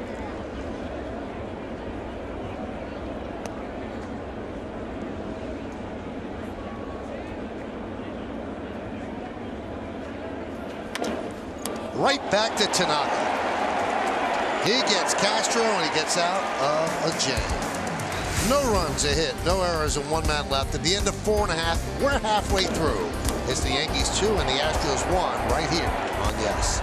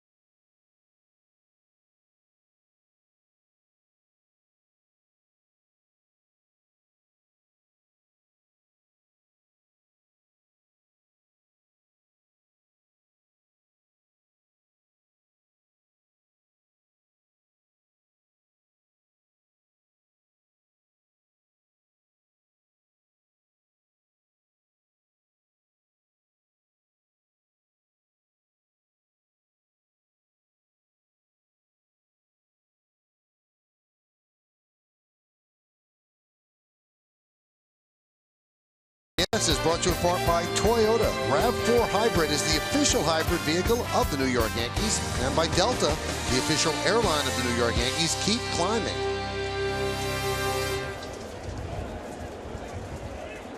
All right, we go to the bottom of the 5th inning.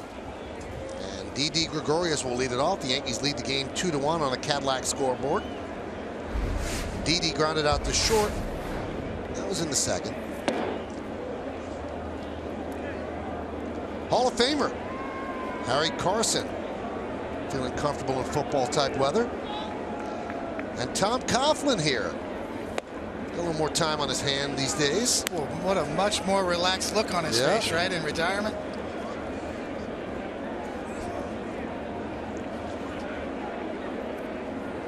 Good man. Hell of a career. Hall of Fame coach. In all likelihood.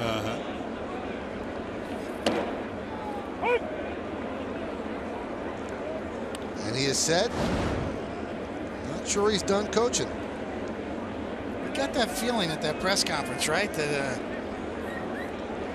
he's, I wouldn't say forced out or pushed out, but grudgingly walked out. Tries to pull the outside pitch and grounds it to Altuve. One away. So back to the top of the order, and Jacoby Ellsbury, who's 0 for 2 today.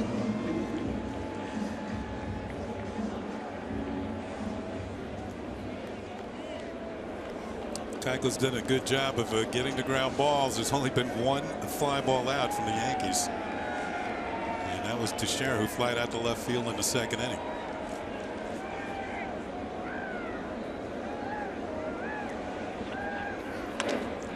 Jumps on the first pitch and grounds it to Altuve. Gonzalez had to backpedal to get back to the pad, so there's 2 away. When we talk about Keuchel, and you know he's an extreme ground ball guy. By far, in a way, the leader in terms of percentage of ground balls, and compared to Tanaka today, pretty close matchup. Keuchel's controls a little off. The walks are up. Gave up the big double to Castro that accounted for the 2 runs. Very cold and windy day out there to control your pitches. Aaron Hicks takes a strike. Aaron is 0 for 1 with a walk. Struck out looking in the 3rd.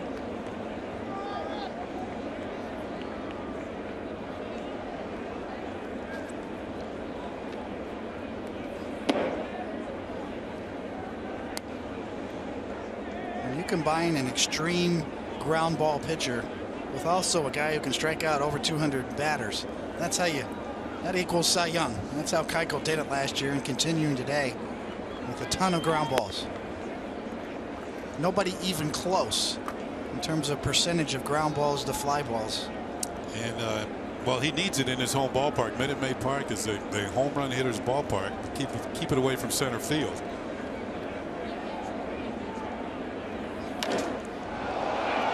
Fly ball, right center, drifting over. Carlos Gomez, he'll make the play.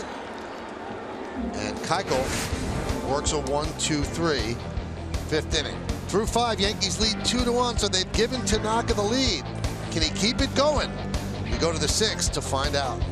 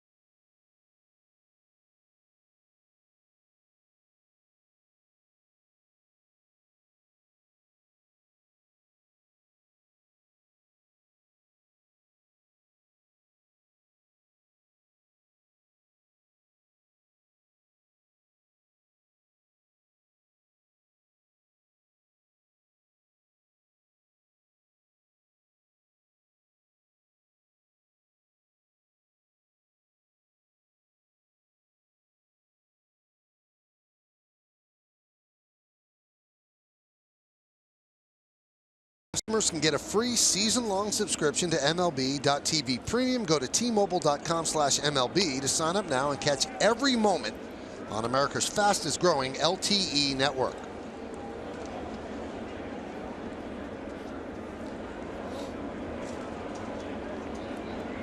Jose Altuve will lead off. He scored the only run so far for the Astros. Doubled in the fourth, came around to score. And the pitch is high.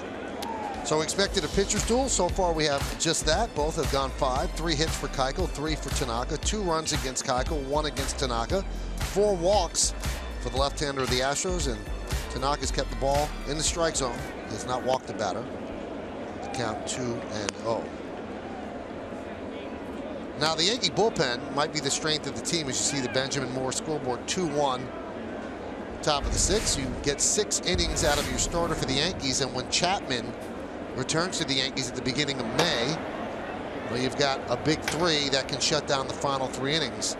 Chasen Shreve was great in spring training. He's up right now. But you do have Andrew Miller, who's going to close until Chapman comes back, and obviously Dellin Betances as well.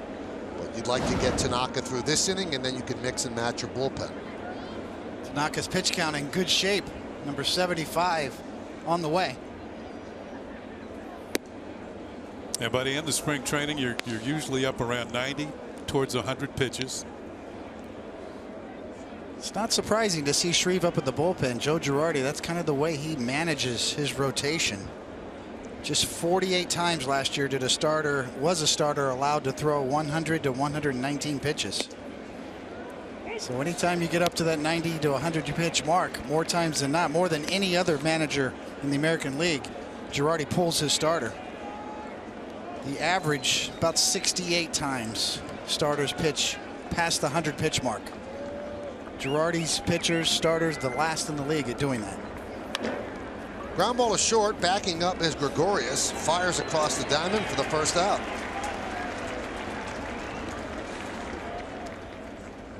Tanaka's been sharp today.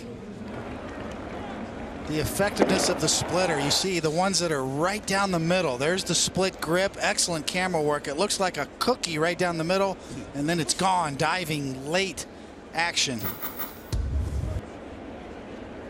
That's the beauty of the split finger fastball. I mean, the ones that don't break out of the zone or start out as a ball, they look like they're right there. Right there is Tanaka with the leap and the grab, and he retires Springer. Now, we mentioned the fact that Tanaka is an excellent fielder. Keuchel's the Gold Glover, but Tanaka can stay right with him as far as fielding his position. This is the second nice play he's made. Kind of a check swing. You got to remember, pitchers really don't know how hard the ball is hit. All they have to do is react and then make the play. You know, when a hitter initially hits the ball, as you look at this on Yesmo, brought to you by your Mercedes-Benz Try and Stay dealer. Excellent play by Tanaka. 2 down. 2 really good athletes, but also excellent deliveries that finish up in good positions to field. Here's Correa. Just missed off the plate. The count 1-0. Yeah, you speak of finishing it up, and I think of Mike Messina, how he used to finish squared onto the target home plate, and he was an excellent fielder. Of course, even as good as he was hit by a line drive one time. Driven out to right field and deep. Going back is Beltran. Turning, looking, see ya, tie game. Correa goes the other way to tie the game at 2.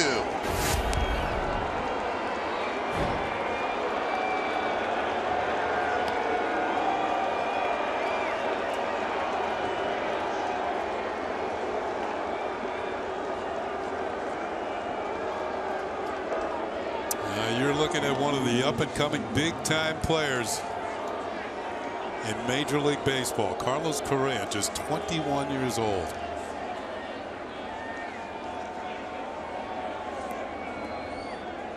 Just an excellent job of staying down on that pitch and driving it the other way. Correa looked like a splitter. Down and middle away. Colby Erasmus swings and misses. Here's another look. You see the target, and that one kind of stayed a little bit about thigh high. And he got good wood. Looked like he was trying to go the right side all the way. with taking a shot at the short porch.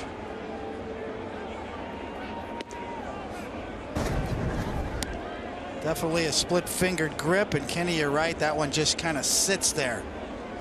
Started up, and once it started its dive, it just was too late. Correa was all over it. It reminds you of a young Alex Rodriguez. And Alex back in the day, hitting all those home runs to the opposite field. And Alex broke in, of course, at the Kingdom, which was a home run friendly ballpark. Just about everywhere within the park.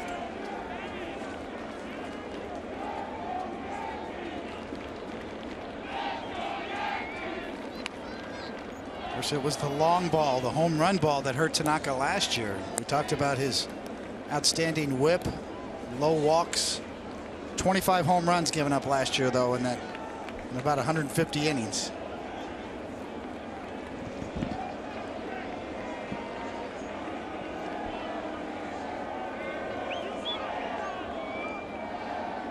The 1-2. 2-2. If anything's going to be helped, it's a ball in the air to right field. The flags are blowing from left to right over the left field grandstand. I don't think that needed much help, though.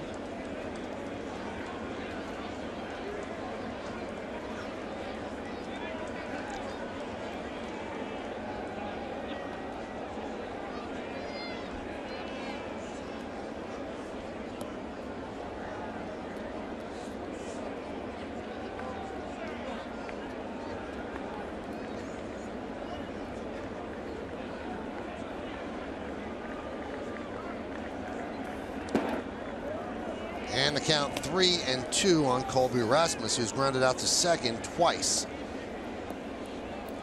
Such a high-tech world we live in, Kenny. Now the major league teams have iPads loaded with data for scouting in the dugouts, but still have the need for the old school bullpen phone for communication.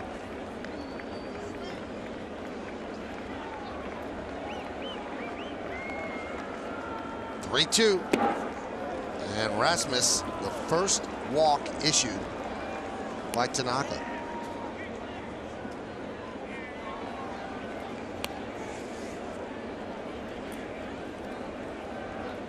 It's like Girardi has already made the signal, too, to the bullpen. Well, with Gomez due up, they're going to call on Shreve. That'll do it for Tanaka as Joe makes the Verizon call to the bullpen. Tanaka gets a warm hand from a cold crowd.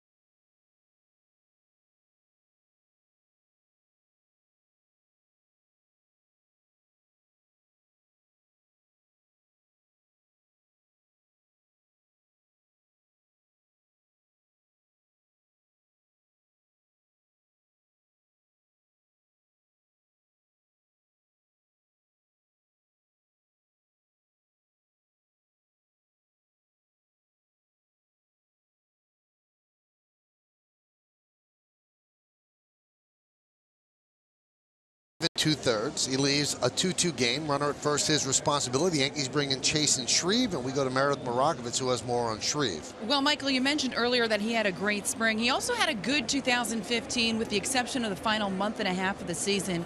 He told me this spring that fatigue could have been a factor, but more than that, when things started to go wrong, he started to get away from what worked for him and started to change too much mechanically. He was thinking too much on the mound. So he made up his mind his main focus this spring would really be to believe in his stuff. Don't look at the extenuating circumstances the next batter. As cliche as it sounds, he told me that he wants to take it one batter at a time, attack hitters early. He wants to dictate the at-bat, not the other way around. So his first appearance here on opening day, and Gomez swings and misses. Gomez struck out twice against Tanaka. 5 2/3, 4 hits, 2 runs. The runner at first base, his responsibility via the walk, and 4 strikeouts. He threw 87 pitches, his first start of the year. Right back to Shreve. So Shreve comes on and gets Gomez, but the home run by Correa has tied the score as the Astros lead 1. We go to the bottom of the 6th. It's a 2-2 game on Yes.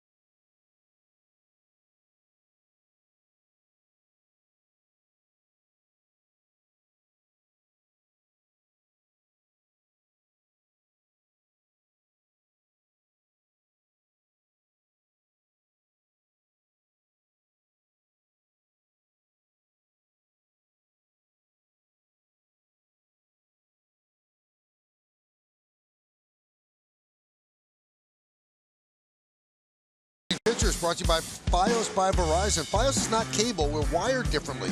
Go to getfios.com today. Colin McHugh quietly had a very good season for the Astros last year against Michael Pineda. Now our coverage will begin at 6 p.m. on Yes. First pitch here from the stadium should be right around 7:08, 7:09. And there's Big Mike. So he'll be ready to go tomorrow night.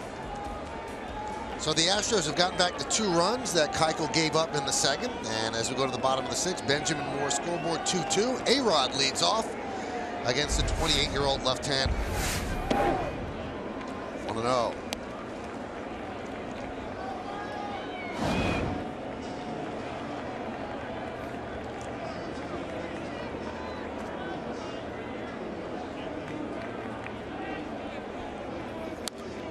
Foul back to the screen. A-Rod has walked, stole a base. In the first inning, he wrapped into a 4-3 double play. So now the Astros bullpen gets working. Will Harris is up. They carry 7 relievers. 1 left-hander in the bullpen. That's Tony Sipp. Harris, one of 6 right-handers. That was Alex's best swing of the day at that last pitch. The 1-1. And in tie ball games or a ball game where you're down by a run, it's not such a bad thing to have your power hitter leading off an inning. Pitchers do not want to walk them, and sometimes they get pitches they can really lean into.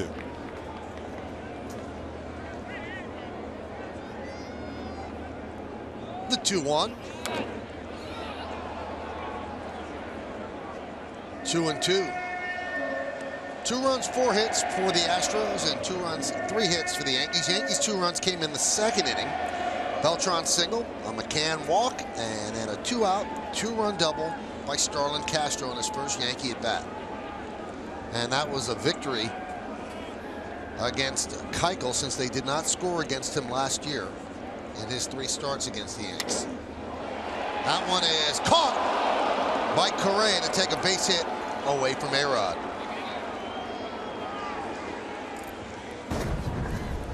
This guy can do everything. Good fielder, great hitter, steals bases. Like I said, he's a throwback to what Alex Rodriguez was back in the day when he broke in with Seattle and on through his career. Kind of like the same size Alex was back in the day. Here's Mark Teixeira, 0 for 1 and a walk. Dribbler in front of the plate. Keuchel, a Gold Glove winner, takes his time and gets Teixeira for the second out.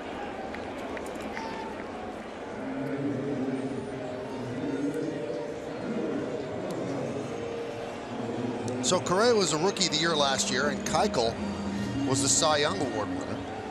And actually, the Cubs had the same deal. Cubs last year had Bryant, the Rookie of the Year. Arrieta is the Cy Young Award winner, and that's the first time a team has had the Rookie of the Year and the Cy Young Award winner. You have to go all the way back to 1994 when David Cone won the Cy Young Award for the Royals. And who was the Rookie of the Year, David? The Hammer, Bob Hamlin. Yes. Hamlin. Ended up with a bad back, did the Hammer. Bob Hamlin, great guy. Never really was able to repeat that Rookie of the Year performance. Count 1-0 on Beltran. Beltran singled and scored in the second and popped a second in the third. Wasn't he mainly a DH? Or first base. First base? First base, okay. yeah, first base DH. That one is hammered into center field. Going back is Gomez, still back, and reaches up and makes the play to take an extra base hit away from Beltran as the Yankees go down in order 1-2-3 here in the 6th. This might turn into a battle of the bullpens as we go to the 7th inning here in the Bronx on opening day. Yankees 2, Astros 2.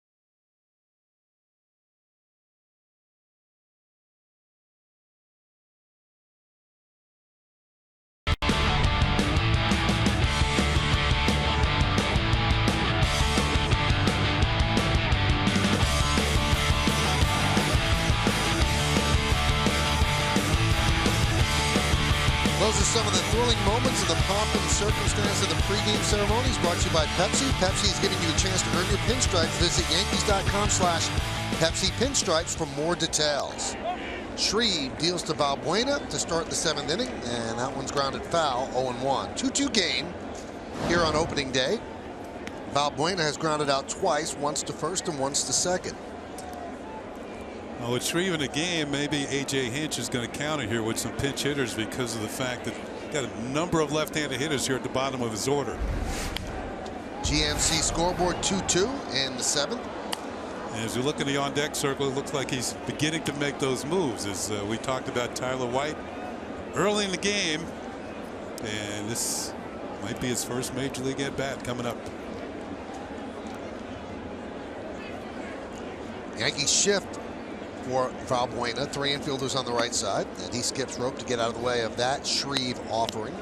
I think Joe Girardi and Larry Rothschild feel okay about that with Jason Shreve, whose best pitch is a splitter, which is very effective against right-handed batters.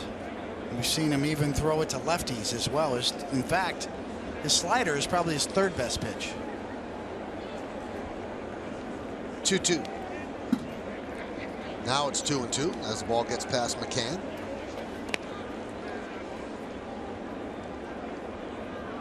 So the Yankees have 5 righties in the bullpen and 2 lefties. Shreve and then Miller, who is the closer with Aroldis Chapman suspended for 30 games.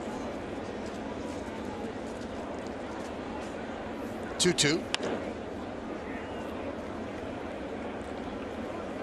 You've got Johnny Barbado, a right-hander, Kirby Yates, Luis Cessa, so bullpen certainly has turned over a bit. You've got Ivan Nova, who lost out on the 5th starter spot. See Tony Sipp out there, and Dellin Betances.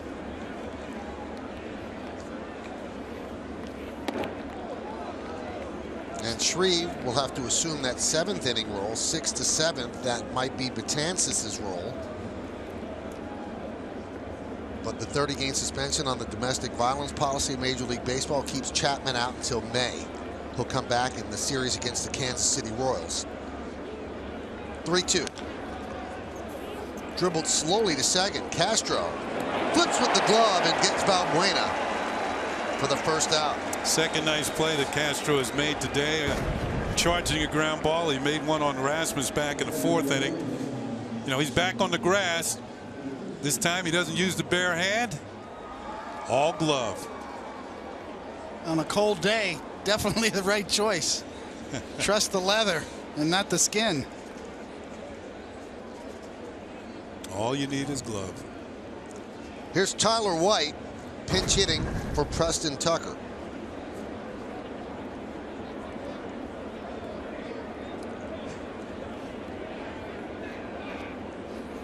Told you that White beat out several other candidates for first base.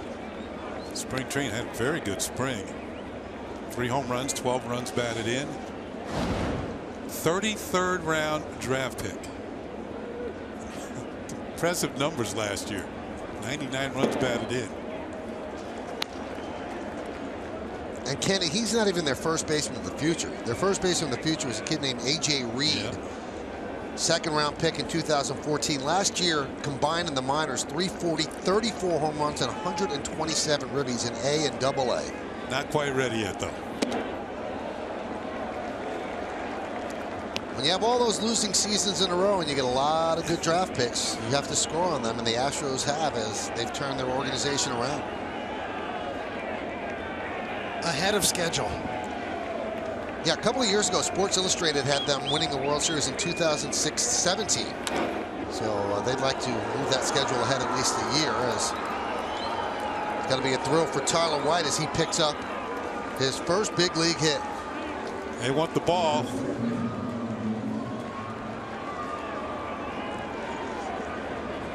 And they'll get it. And it's Gary Pettis, the 3rd base coach. Now the real ball was in his other hand. He just flipped another ball. A little sleight of hand. Yeah, magician. exactly. So Tyler White picks up a single. And here's Marwin Gonzalez. Top of the 7th inning, 2-2 game. That's the 5th hit for the Astros.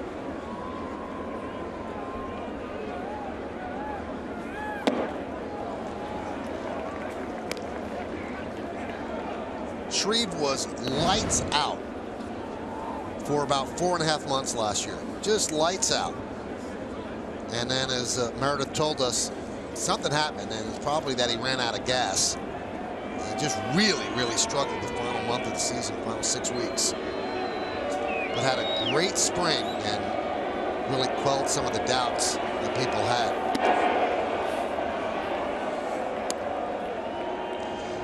First 50 games, 1.86 ERA. Last 9, that's not pretty. 16.20 ERA. Opponents hit .552 against him the last 9 games. And he gave up 4 home runs after giving up just 6 the first 50 games. The first thing to go with a pitcher that gets fatigued is control. And that's what happened with Shreve. He kind of lost the strike zone, lost a feel of that split, which is his best pitch. He calls it a split change, but it's basically just kind of a split finger grip. See, he's being backed up by Kirby Yates.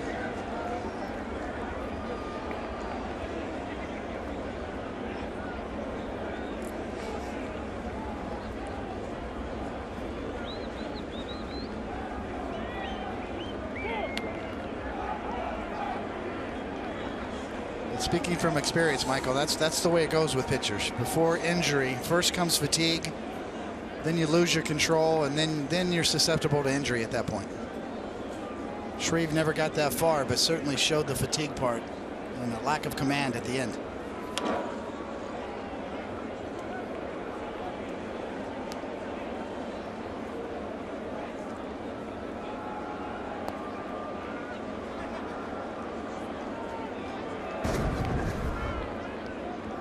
Here is Gonzalez. Yeah, that one hurt.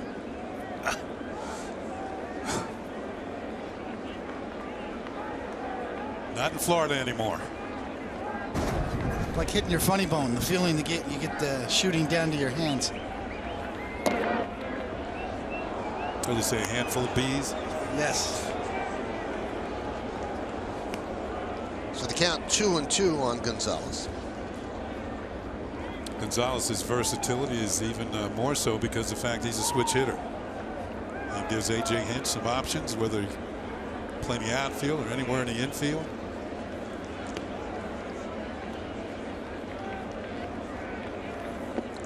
Did he hold up?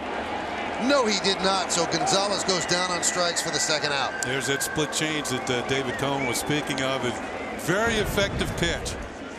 Not only does it get the hitters out in front, the ball dives at the end. And Shreve learned this pitch back in college. No, that wasn't a split change. That looked like a slider. Yeah, actually a rare slider, down and in. Well, either way, it was effective. Gets his first strikeout of the year. Good action on that slider from Shreve.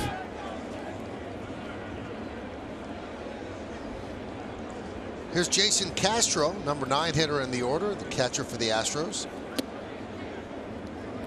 So Tyler White's at first. He had a pinch hit single in his major league debut. The last player to pinch hit in his major league debut on opening day in the Bronx, you have to go back to 1931. Pat Creedon of the Red Sox struck out against Red Ruffing on April 14th, 1931.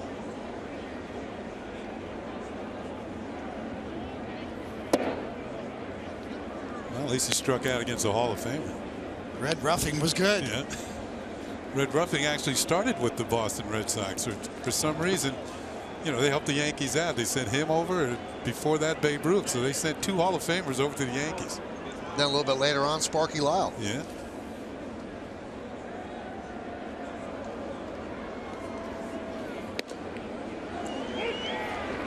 But the almost deal that was made over drinks would have really rocked the boat. Yeah.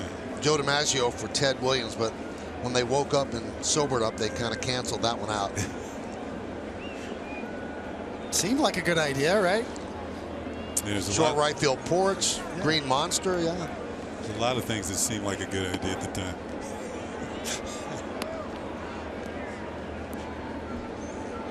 Especially after drinks, right, Kenny? Yeah. I wouldn't know.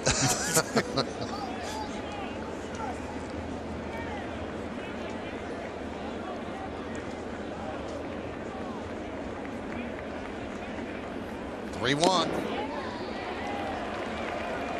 This copyrighted telecast presented by authority of the New York Yankees and may not be reproduced or retransmitted in any form, and the accounts and descriptions of this game may not be disseminated without the express written consent of the aforementioned New York Yankees. Well, the Yankees want to get Castro here, 3-2, so that'll start White over at first. You've got Jose Altuve on deck.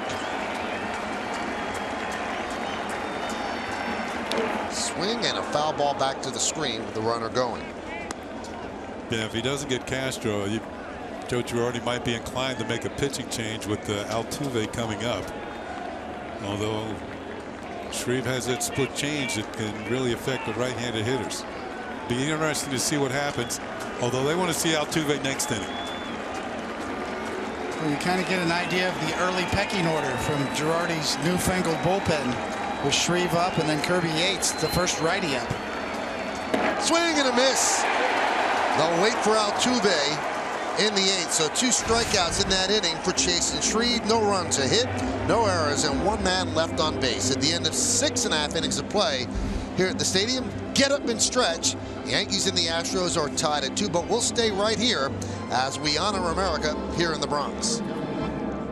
You please rise and remove your caps, and please direct your attention to the area behind home plate as the New York Yankees welcome an honored military guest who is joined by his son, United States Marine Corps Sergeant Al Stroop from Harrison, Michigan, who served at Camp Pendleton, California.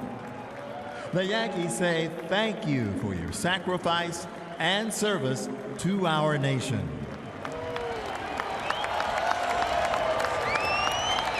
Now, ladies and gentlemen, please direct your attention to the microphone behind home plate and welcome one of the stars of Broadway's Matilda, Michael Manerick. He will now sing God Bless America. God bless America, land that I love. Stand beside her and guide her through the night with a light from above. From the mountains to the prairies to the oceans white with foam. God bless America, my home sweet home. God bless America, my home sweet home.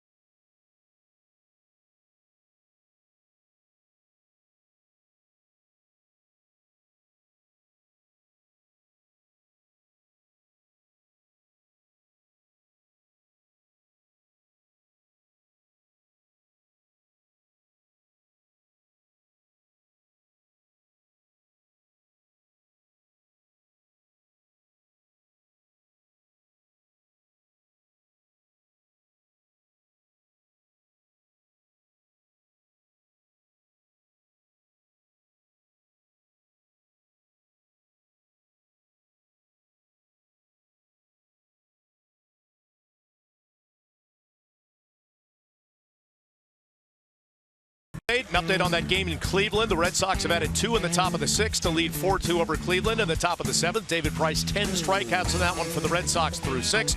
And later tonight, Toronto and Tampa Bay. Toronto has won the first 2 in that series. They'll look to start the season 3-0. Want to remind you that coming up after our game, we will have the WB Mason postgame. It's going to be Meredith getting interviews. It's going to be Jack Flash and I in our polar vortex along the third baseline. Nice. So we'll have comprehensive coverage for you. Feel free to join us out there. Of course, I'll be down there for sure. Doesn't it feel like when it was May 3rd and it was 70 degrees that you knew it would be cold it's today? Gonna be, we're ready for baseball. Absolutely. Now we're ready for baseball. Can I join you by phone? Oh, no. Come on, do a walk-by, Kenny. Well, we will be tuned in after the game for all 3, so thank you, Bob. Good to see him here at the stadium. 2-2 game. 2-5-0 for the Astros, 2-3-0 for the New York Yankees. Brian McCann will lead off against Dallas Keuchel. McCann walked and scored and then singled to left. GMC scoreboard 2-2. Fouled away. Oh, McCann had a tie-breaking type of swing.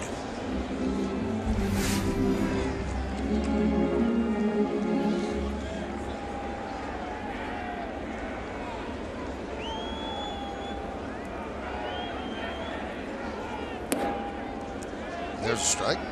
You know, the interesting part, Kenny, about the shift is obviously you've got 3 infielders on the right side, but Gomez in center way to the left, shaded way over here on this side. So fly balls and ground balls, 2 different theories. Could not hold up on that one, and McCann goes down on strikes, 1 away. They got all that stuff on the iPads now in the dugouts, and a big looping slider coming from Keuchel. As you see the grip and the spin, probably wasn't where he was trying to throw it. Got away with it, left it on the inner half and locked up McCann. Pretty soon they'll be putting iPads on the field. Here's Headley. Now on a cold day like this, you want to keep everybody comfortable, and the Yankees, this is such a high-tech stadium that now the bat rack in the dugout is actually heated. So when you take the bat out of the rack, it's warm and ready to roll. They had those in your day, right, Kenny? What, bat racks? Yeah. Heated ones.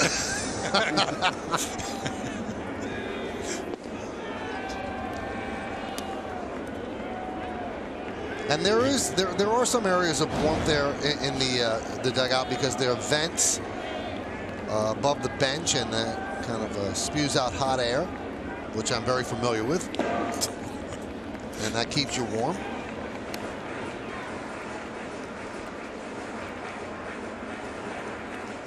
You usually see people sitting right in front of them to get the full effect.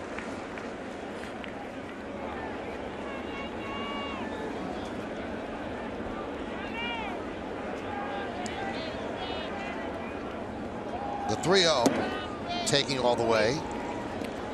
3-1. So 4 walks for Keuchel, but he has settled down, has not walked a batter since the 3rd inning. He has a 3-1 count on Headley here in the 7th with 1 out.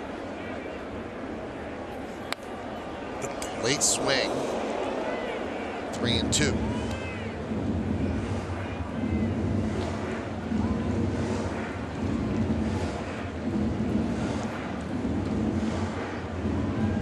Castro's on deck. See pitch number 99 coming up, and Keuchel's the workhorse, as we said. He'll get a little more slack on the leash, as he led the league in innings pitched last year and averaged 7 per start. That one is popped up. Altuve will make the play.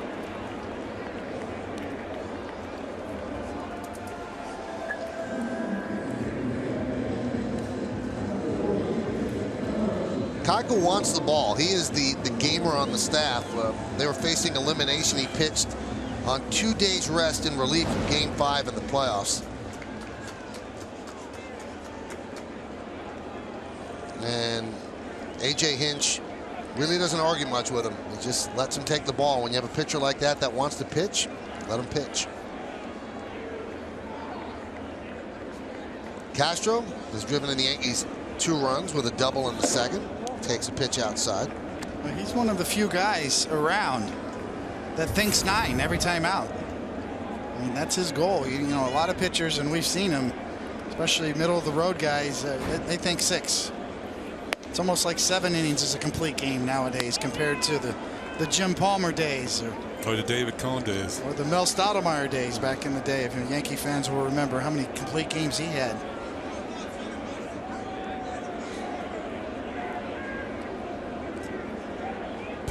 Pitching staffs are now built from the back to the front. Strong bullpens.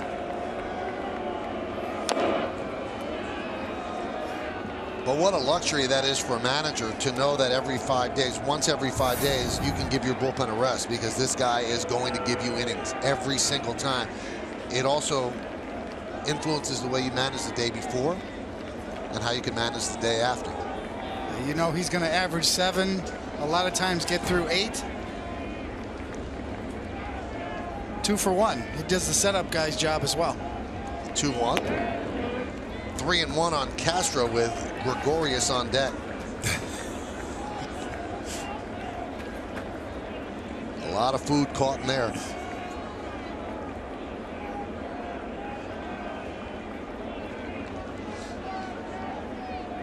(3-1). 3-2. Just enough movement on that pitch, you couldn't square it up. You figure 3-1 pitch, I'm going to get something I can really handle. But you can see just at the tail end, and just enough movement. They hit on top of it.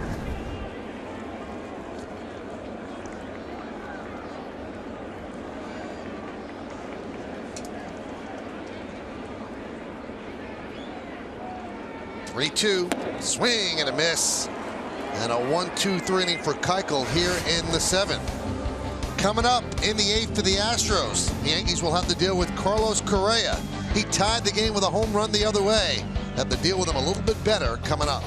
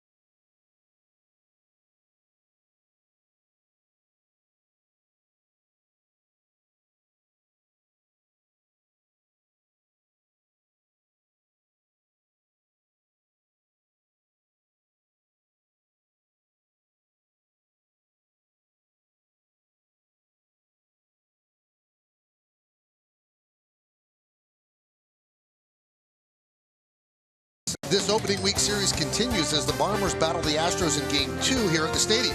Coverage will begin at 6 with outing batting practice today and the Chevy Yankees pregame show. Then we're back with all the action right here on Yes and streaming live on Fox Sports Go. Now, reminder everybody, Fox Sports Go is only available for DirecTV, Optimum, and Time Warner Cable subscribers who receive Yes. And remember, Michael Pineda will get the start for the Yankees tomorrow in Game 2 against Colin McHugh. Yankees go a little deeper into the bullpen. Now they go to Dellin Betances. Last year's 74 games, a 1.50 ERA, faces the top of the Astro order and buzzes Altuve inside 1-0. 2-2 game here on opening day. Saw those numbers with Betances, a ridiculous 131 Ks in a little over 80 innings. Back-to-back years, over 100 strikeouts out of the bullpen. Hyundai scoreboard 2-5-0 for Houston, 2-3-0 for the Yanks.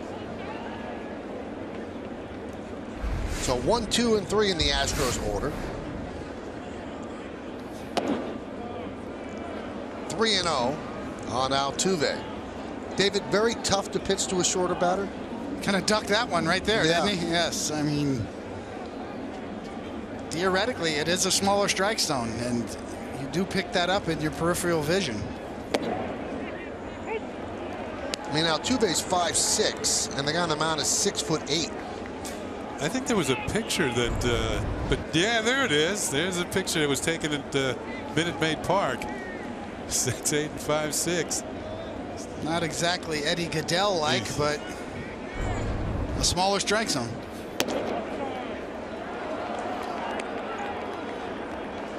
So Altuve walks.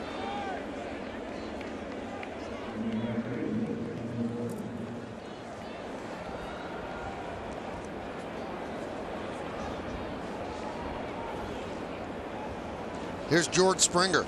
So a walk to Altuve to start off the 8th. 2-2 game.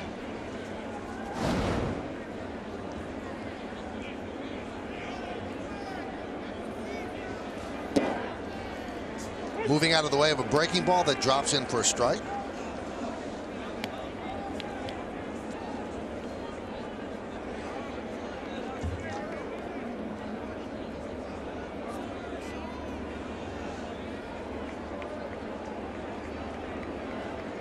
Runner goes. Pitches high. Throw to second. On a bounce. In there with a stolen base is Altuve. So he's in scoring position. That's the first of many stolen bases on the year for Altuve. Had 38 a year ago. That ball almost hit Betances. Looked like it might have slipped out of the hand of McCann. Very close. You really have to be careful as a pitcher when you get down. Make sure you keep your eye on where the ball goes out of the catcher's hand. See a lot of pitchers who turn their heads away.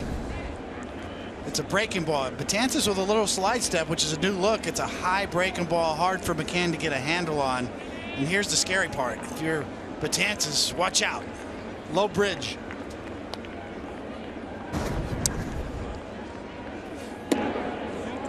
One and two. He starts out as a double-decker as it is at 6'8". So there's Ken Giles, who the Astros got from the Phillies. Sent Phillies some of their better prospects. And the thought was that he was going to close, but A.J. Hinch announced after spring training ended that Luke Gregerson was going to keep that job. Fly ball. Left field, Hicks will make the catch. Tagging is Altuve. Hicks has a good arm, and the throw is cut off by Gregorius. And Altuve went back to to tag up, but it was eyewash. It was for show. He wasn't going anywhere. And here's a dangerous 21-year-old Carlos Correa. 1 for 2. Struck out in the first. Grounded into a fielder's choice. Picked up an RBI in the 4th. And then homered in the 6th with 2 outs against Tanaka to tie the game at 2. That's where we are right now. First base is open.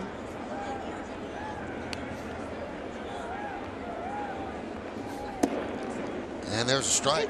It's really the top of this Astros order where the 3 best hitters are. They come right after you, and 3 of the best young players in the game. Altuve, Springer, and now here Correa batting 3rd, and then Rasmus on deck, the lefty. Actually, their top home run hitter and RBI producer not on the team, Evan Gattis, recovering from hernia surgery, and it's going to be a while before he's back as the DH. But he led the team in home runs and runs batted in last year.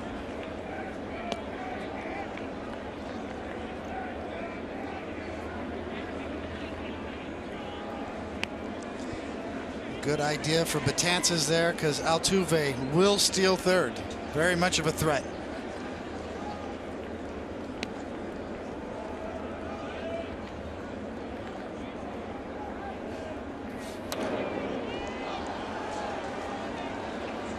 Now, one way to battle that is to give him a double look. You know, look once, then check him again. Because if you fall in a pattern of just looking once, you know, they pick that up on the scouting reports, video, and if they feel you're going to look once, that's when the good base stealers will try and steal third. Try to make him stop. Yankee fans remember Ricky Henderson always had a moving lead. Check the swing. Did he go? No, he did not. That's Greg Gibson, the first base umpire. From the side. Nope, not that time. Watch the shadow. Shadow didn't swing either. Very strong to be able to hold up. Correa. Good bat speed, strong hands. Nub slowly at the first baseline. Betances fires it over the head of Teixeira. Scoring is Altuve, and it's a 3-2 Astros lead. Trying to avoid hitting Correa as he threw the ball to first base. He just shot-putted it over the head of Teixeira, and a big error by Betances. And Joe Girardi is arguing baseline, and as you can see, Correa was nowhere near the 45-foot line, was not inside. He's running on the grass all the way to first base. Running on the grass and impacts the throw as Betances has to try to go over him, even though it was nowhere close. That was 10 feet almost over Teixeira's head. And Joe's getting animated now. This is how's he supposed to throw the ball to first base with the runners in the inside the 45-foot line. As you can see, he was not in the baseline at all. Dana DeMille trying to explain why he didn't make the call. Now, the reason Joe's arguing is this is not a reviewable play, so the umpire has to call it on his own. He can't ask them for them to take a look. This is not reviewable. And he wants him to talk to the other umpires. He's going to get a good job by Girardi right there. I mean, this is the one time that you can pull sort of an argument together and try to initiate the umpires getting together. And mission accomplished as far as that goes. Well, what would happen is if he gets it overturned here, Correa would be out and Altuve does not score. So this is worth the argument for Joe Girardi for sure. So the four umpires talking it over. Let's see if they overturn the home plate umpire's call. And they are not. Wow. And Joe's pointing to, why do we have this then? Why do we have the 45-foot line? David, let me ask you this. Is it better for a pitcher to drill the runner if he's out of the baseline? Well, that's better than throwing it down the line, that's for sure. But, you know, you can never count on an umpire's call in this kind of a play. You've just got to try to make the play. And you could see Teixeira's on the inside part of the bag, so we'll have to ask Betances afterwards whether he was impacted by that or not. This is worth getting thrown out of a ball game, if you ask me.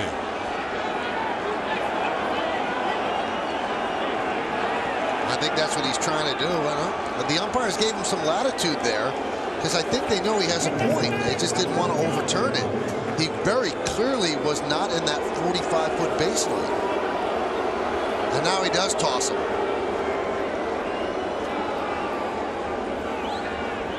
I believe he did. Joe didn't see it. Oh, Joe is protesting it.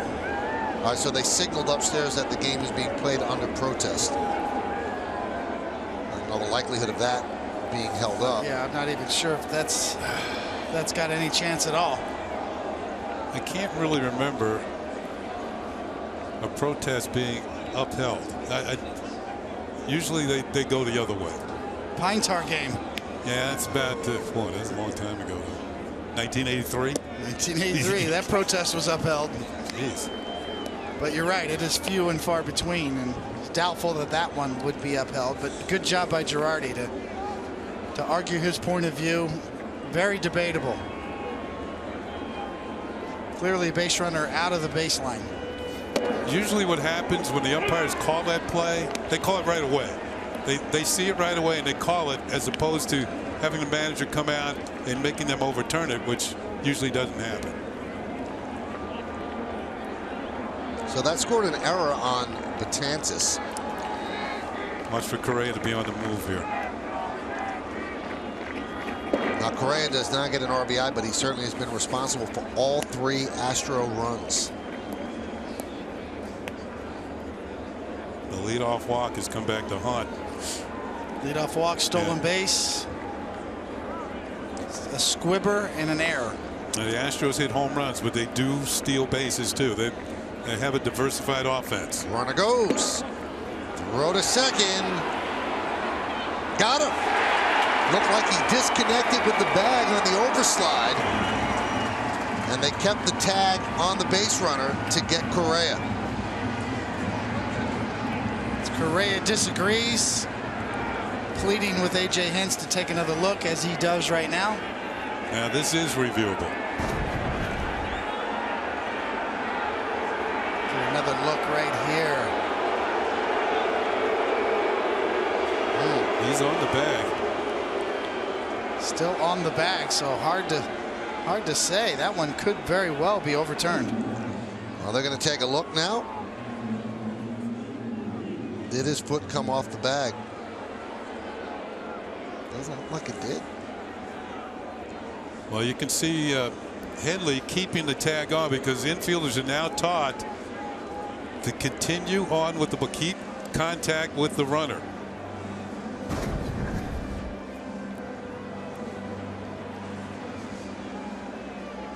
Will not be surprised at all. This one should probably be overturned. By the way, some great looks all day long. What a job by our crew, everybody down in the truck. Yeah, they are in mid-season form, to say the least. Unbelievable looks. This one, look at this from the side.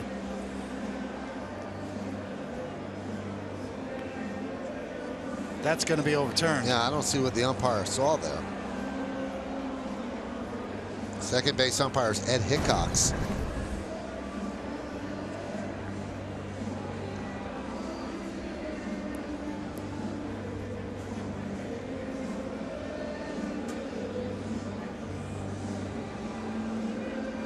It shouldn't take that long.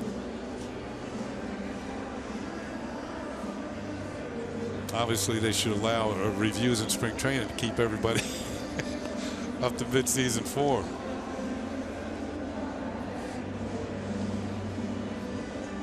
And Kenny is joking, but they don't do it in spring training because most of the spring training games aren't televised. Well, that's true. But yesterday there was a review that took about 10 minutes. I can't remember which game it was.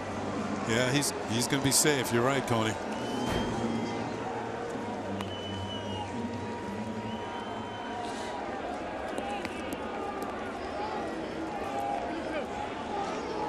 One minute and 58 seconds with the review as they overturn it.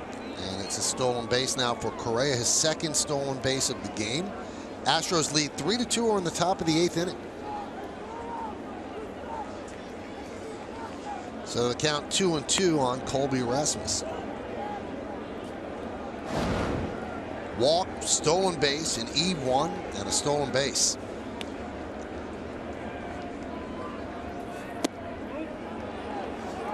Checks the swing and the count 3-2.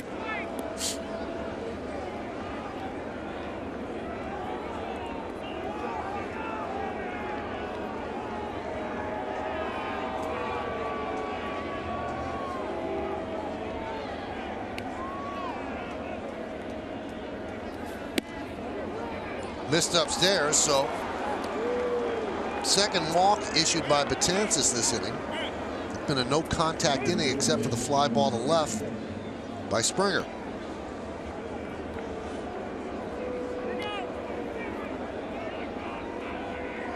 And this is going to bring up Carlos Gomez, who's 0 for 2. 0 for 3 actually, 2 strikeouts and a grounder back to the mound. And quietly, you're going to see action in the Yankee bullpen as Betances is now going to throw his 20th pitch.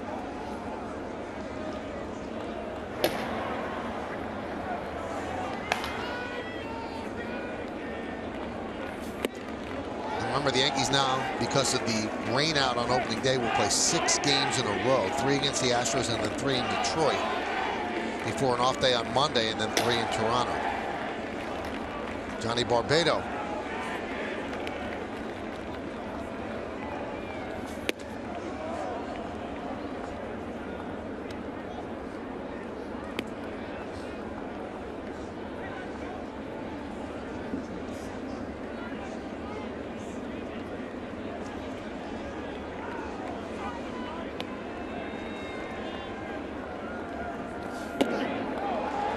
Weak hack there. A couple of them in this at bat for Gomez. It's almost as if he were looking strictly breaking ball and got the heater. Caught in between. Yep.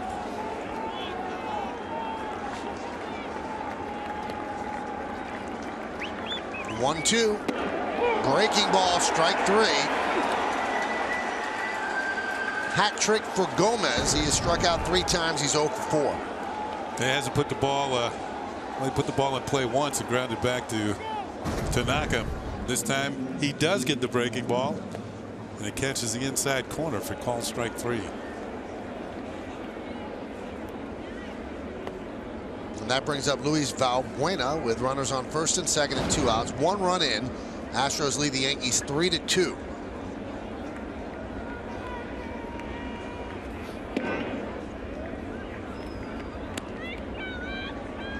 Bottom of the inning, you'll get Gregorius, Ellsbury, and Hicks. 9, 1, and 2 in the Yankee order. And will it be against Keuchel, or will the Astros go to the bullpen? Well, there is somebody warming in the bullpen, which leads you to believe we're going to see a new pitcher.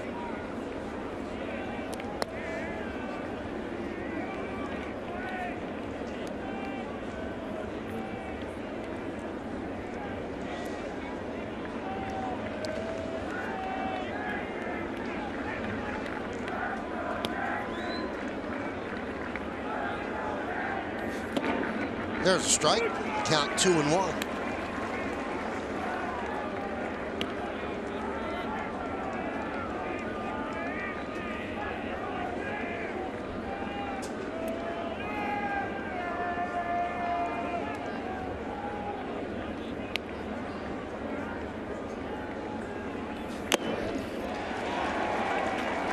Two and 2, 96-mile-an-hour fastball. 2 balls, 2 strikes, 2 outs, 2 on. Astros lead the Yankees 3-2, top of the 8th inning. Luis Valbuena against Dylan Betances.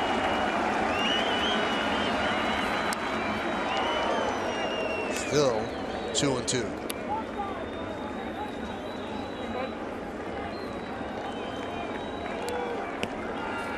Not exactly what Joe Girardi had in mind for Betances here on opening day. Pitch number 29. 30 pitches. You have to wonder if that's going to take him out of tomorrow.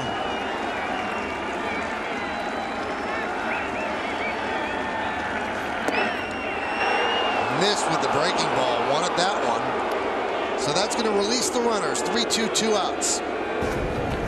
Sometimes Betances' breaking ball is so good, you lock up the umpire as well. You see, that's got plenty of plate and plenty of height. That was better than the one that Gomez got rung up on. Line drive, base hit to right center field. Correa scores. Rasmus rounding third. They're sending him home. Here's the throw. He's in there. Moving to second on the throw is Valbuena, and the Astros now lead the Yankees 5-2. Well, because the count went to 3-2, the runners had a chance to go. Rasmus has decent speed, and he scored all the way from first base.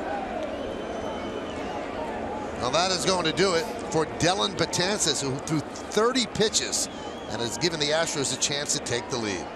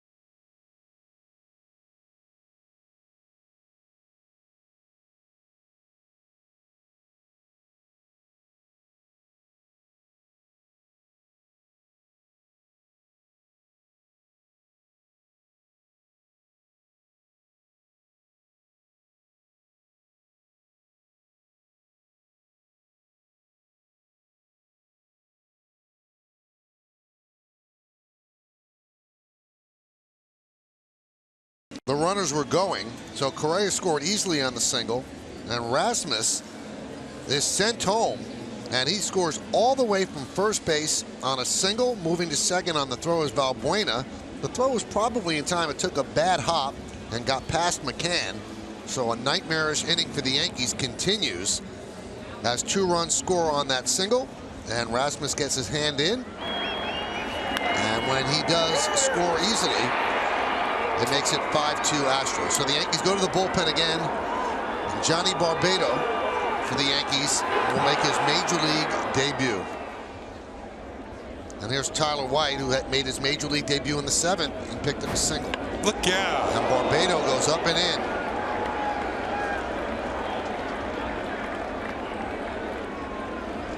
Let's see where it got Tyler White. Looks like you can see his hand quivering. And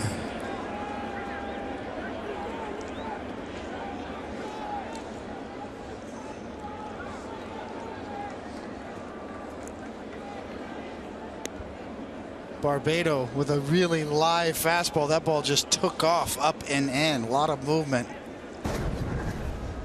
See Barbados throwing in the mid-90s. You see this ball just take off, just fired up and in. Boy, it's going to be hard to see right there. Our camera crew with a great look right there. Looked like it went up his left forearm and then hit him on the right hand. Oof. Boy, man. Sounded like bat more than hand, but that can be deceptive. So White will take first, hit by a pitch, still shaking his right hand. By the way, on that base hit that scored the 2 runs, third base coach Gary Pettis did not hesitate. With 2 outs, he just said, keep going. If you're out, you're out.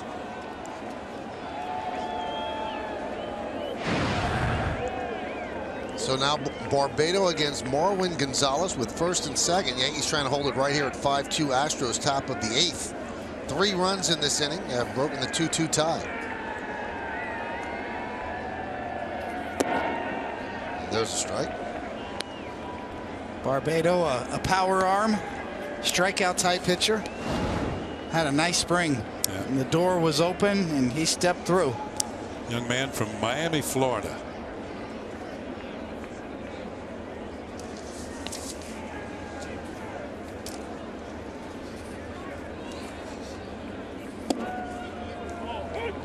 Not very often has he seen ice on the field. And another ho-hum right-handed reliever throwing 95 miles an hour. Yeah, it's almost a prerequisite now. You got to throw in the mid-90s. Yankees got him from the Padres for Sean Kelly in December of 2014. Sean Kelly's now with the Nationals. And Johnny Barbado had such a good spring training, he won the James P. Dawson Award, which is presented annually to the most outstanding Yankees rookie in spring training.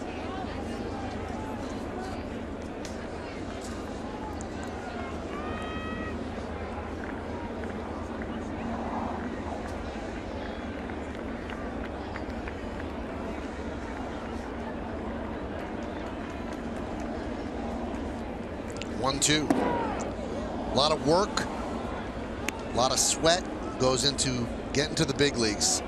Many people dream it, not many people achieve it. Johnny Barbado is now in the baseball encyclopedia by getting to the bigs.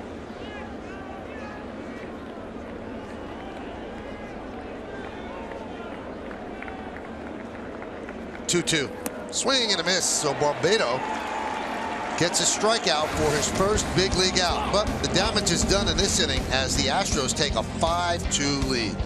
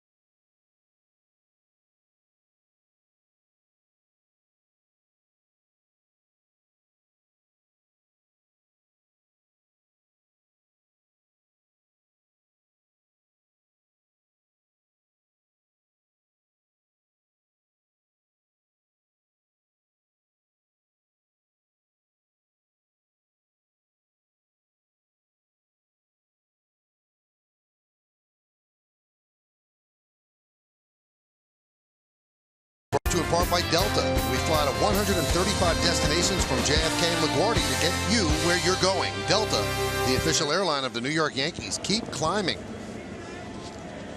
Some of the new signs here at Yankee Stadium. One of the new Astros, Ken Giles, delivers right out of the picture. Hard-throwing right-hander. They thought they acquired him to be the closer, but he had a real bad spring training. See what he did last year with the Phillies. 1.80 ERA, 87 strikeouts in 69 games, 70 innings. But Luke Gregerson held on to that role, and Giles here pitching in the 8th. The thing about Giles that doing a very good job for the Phillies. A career 1.56 ERA, and that's the lowest in history for a pitcher with over 100 appearances. Pitch is low to Gregorius, so the Yankees have some ground to make up. They're down 5-2, bottom of the 8th inning on the Hyundai scoreboard.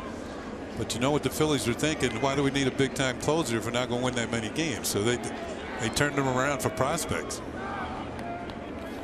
In spring training, Giles 6.75 ERA in 9 1/3 innings in the spring. Giles took a haul to get him over here. Houston gave up a lot. Part of the reason is because he is so young. He's got 4 more years of contractual control, which is a big thing in today's general manager's world. But you see Mark Appel, former #1 draft choice, and Velasquez pitched against the Yankees last year, jumped right into that rotation. Oberholzer as well. And a couple of more prospects on top of that, so 5 prospects in return for a closer, a reliever, and +1.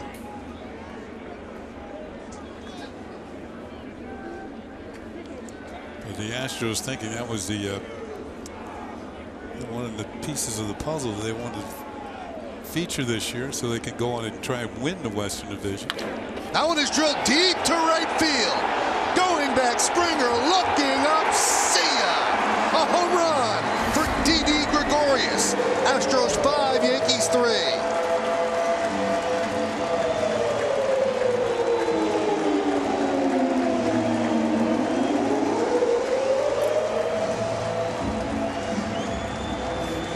Well, Didi had a good spring. He kind of slumped off at the very end of spring training and dropped his average down to 230 in the spring. But most of the time, he was a little over 300.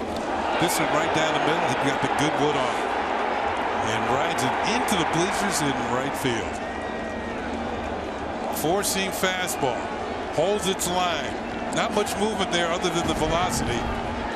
And Gregorius took care of the rest. Got the good wood on it. Here's Ellsbury. Pitch is high. It's the kind of swing we saw in the second half of last year with Gregorius. Much shorter and quicker and to the ball.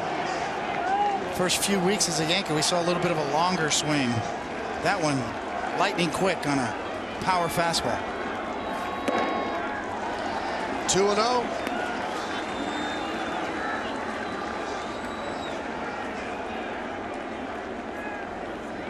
Brett Gardner is on deck. He will pinch hit for Aaron Hicks.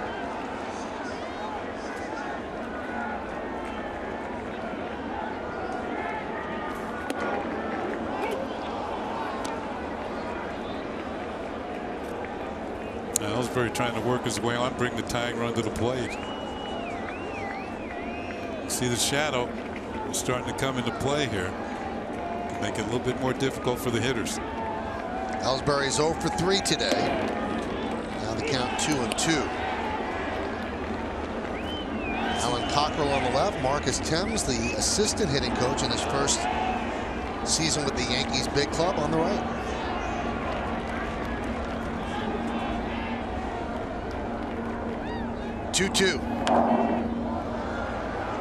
Well, the morning started as they tried to get the frost off the field here at Yankee Stadium. Now the Yankee bats trying to heat up and get back into this game in the bottom of the 8th inning.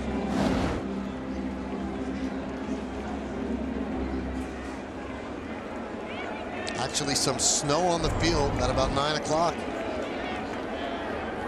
Grounds crew, as usual, does a great job to get the field prepared to play. Now the other way. Yeah, and when they were taking the tarp off, it appears that some of that precipitation, the water froze overnight. We're in April, right? That looked like a grounds crew guy, you know, cleaning up a spot to kick a field goal right there.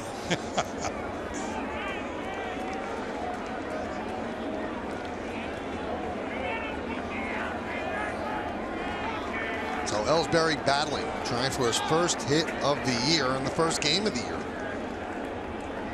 2-2. He's worked the count full on a check swing.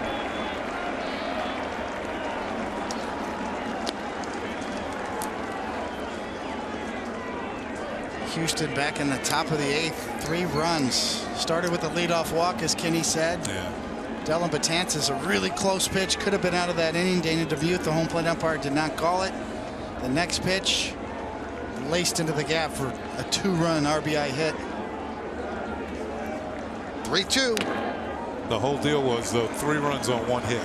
You know, that's how the Astros did their scoring last inning.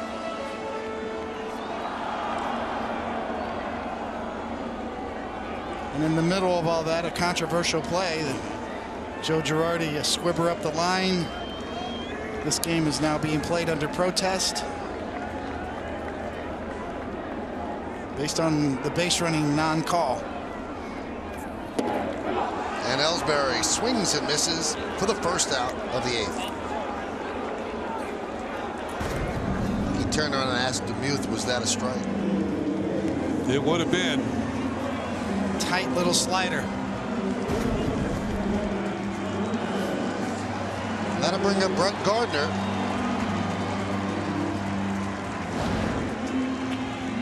Brett is the second longest tenured Yankee on this team to Alex Rodriguez, who's on deck.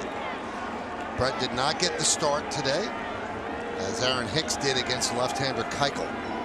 Now Hicks is a switch hitter, but he's a better hitter from the right side. Kenny, what type of factor do these shadows play right now? Well, they're getting to the point that not quite as bad as you would think. When the shadows get to be about halfway, that's when it's really bad for the hitters. You can still see there's quite a bit of light, almost like 95%. So it's not quite as bad as it's going to be. Let's put it that way. Giles is going to the breaking ball out here. 2 sliders in a row to Gardner for strikes.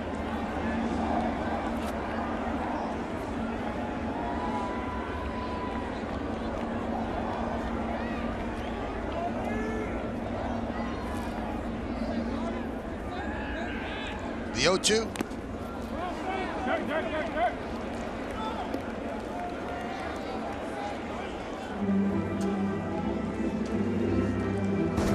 Take a look at this one on yes mode. You can see out of the hand, and all of a sudden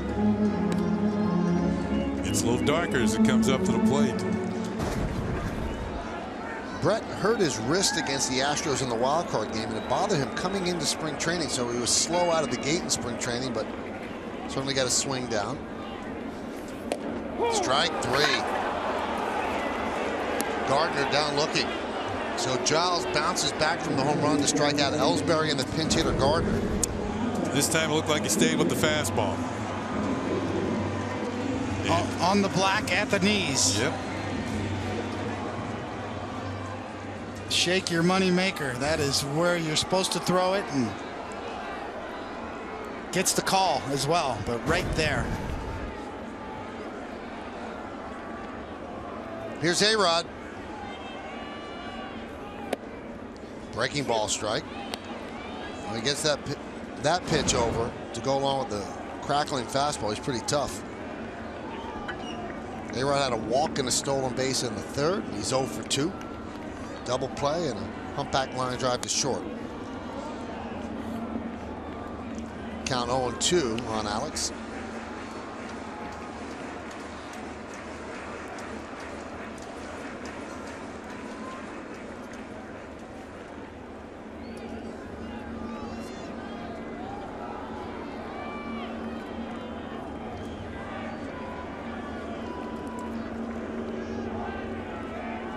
And the 0-2. Chopped to short. Correa gets a nice hop. And that will do it. here in the 8th. But the Yankees shaved 1 run off the deficit on that swing. D.D. Gregorius with a solo home run, his first home run of the year. We go to the 9th.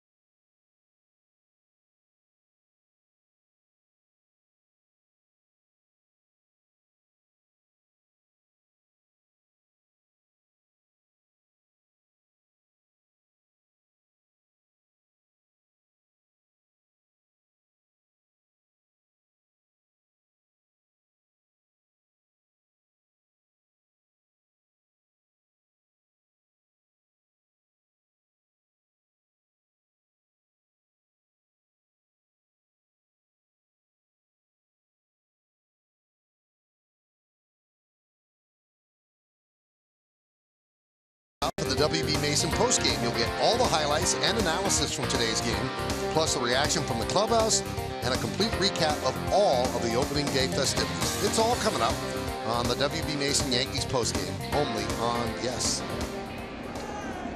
Bob, Jack, John, and Meredith will take you through.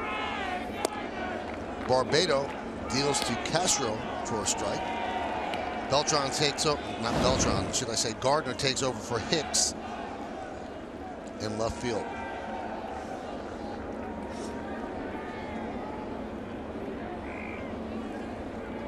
The 0-1. 0-2.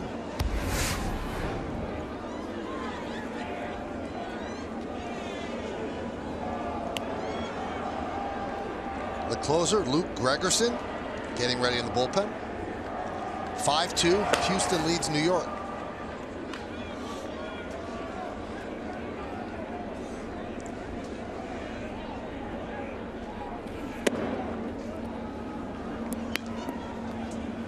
One and two.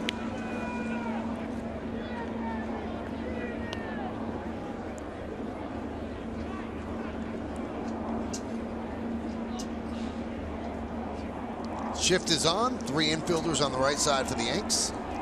And Barbado deals. 2-2.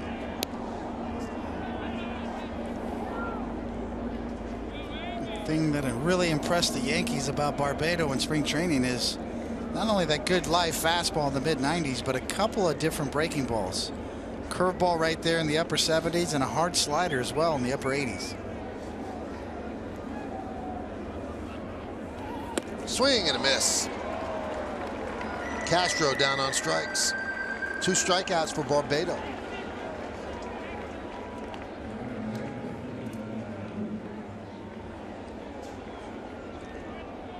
And back to the top of the order in the pesky Altuve.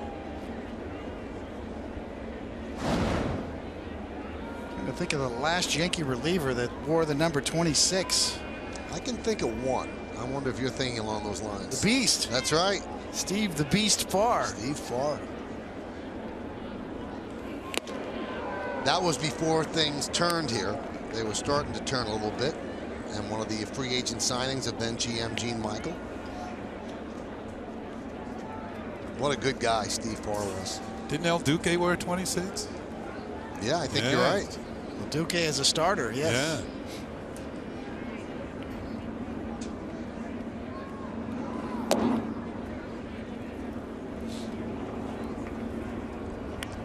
Altuve 1 for 3, double, a walk, 2 runs scored.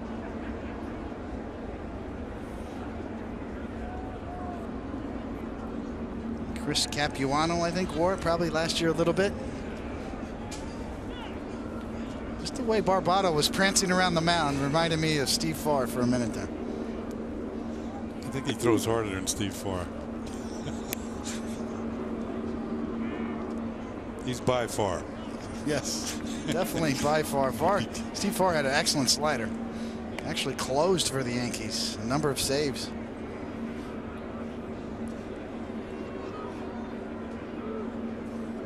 Saw Chris Capuano pitch yesterday. I believe he's with Milwaukee. Full beard.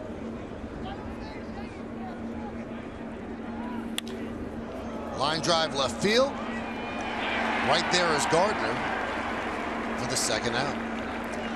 Now, if you want to look ahead to the bottom of the ninth, it'll be Teixeira, Beltran, and McCann against Gregorius. And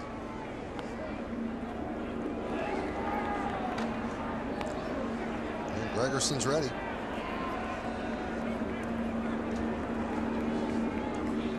Veteran right-hander Gregorius, not your prototypical closer. An excellent slider, though, and so respected. Did a great job last year closing for the Astros. Got to look there at Barbados slider, 89 miles an hour. Excellent location. Good tight spin, late movement. They missed that by a foot.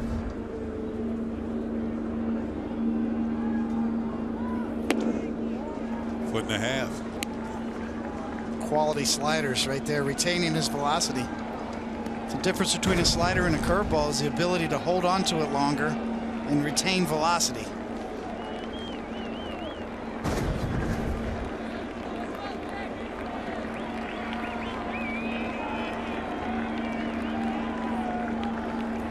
Swing and a miss, an impressive major league debut for Johnny Barbado.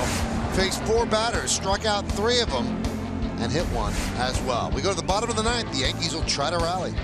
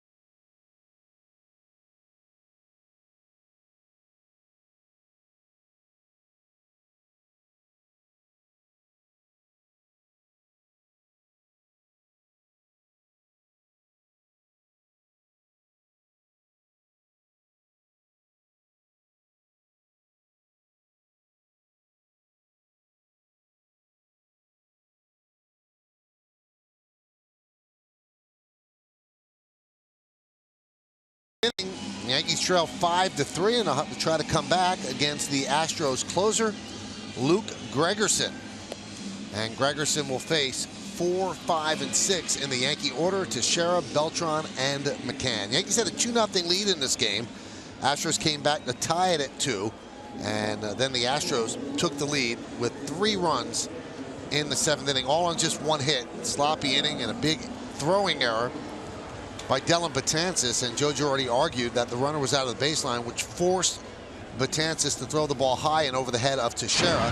The umpires met and they decided, no, we're not overturning that, although he clearly was on the grass and not in the base paths, and the Yankees are playing the game under protest. Let's see if they could form a protest of their own here offensively against Gregerson. And the pitch is low, 1-0. Teixeira 0 for 2 with a walk today. Astros 5, Yankees 3. Shift is on. 3 infielders on the right side. Gregerson deals. And there's a strike, 1-1. That's pretty much it right there from Gregerson. Sinker, slider, upper 80s, but his best pitch is a really tight slider.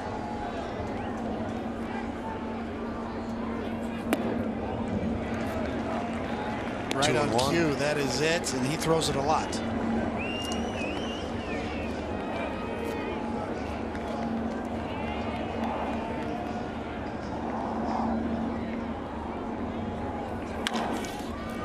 Grounded to the shortstop on the second base side of the bag. So it scored 6-3 as Correa made the play, 1 away. Does he throw his slider as much as Mike Jackson? Remember Mike Jackson? Yes. Oh, every pitch. Very similar. Mike, don't call me Michael Jackson. Yes. Yeah.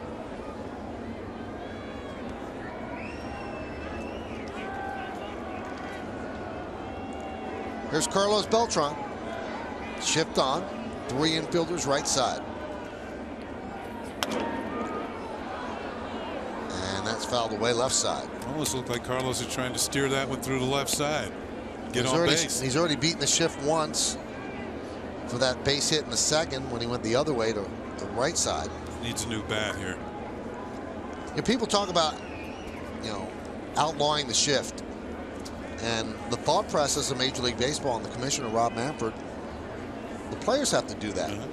And you saw in the Sunday night game where Eric Hosmer, a cleanup hitter, went against the shift and just gave himself up, picked up a hit, a very big hit in the game where the Astros won 4-3. He got an RBI too. Yep, absolutely. And in a case like this, I mean, you're down by 2 runs and they're giving you a chance to bring the time onto the plate. Didn't they try that in the NBA for a while? Outlaw the zone defense?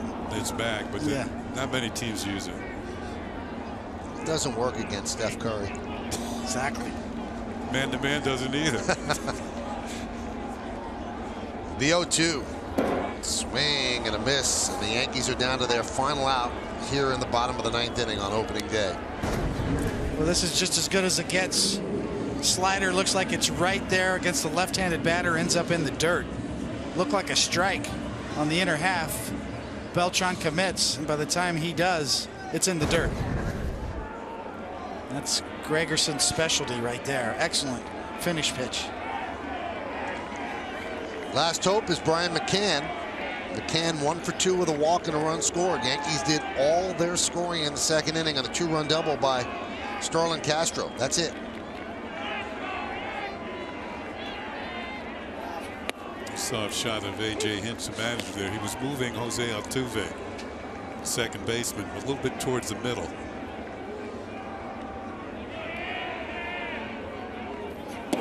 They do not shift as much for McCann as other teams do. They do have the shortstop on the shortstop side of the bag.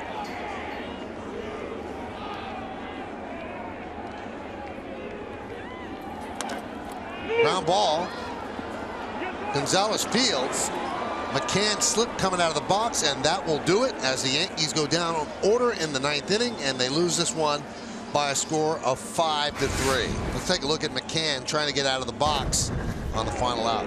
Ball almost snuck through into right field for a base hit, but he's down, back up, and that's your ball game. And here's Gregerson awkwardly making the final out at first base, picking up the save, and once again Dallas Keuchel has beaten the Yankees didn't pitch his best, giving up those 2 runs. So the Yankees finally score against him, but they can't hold the lead.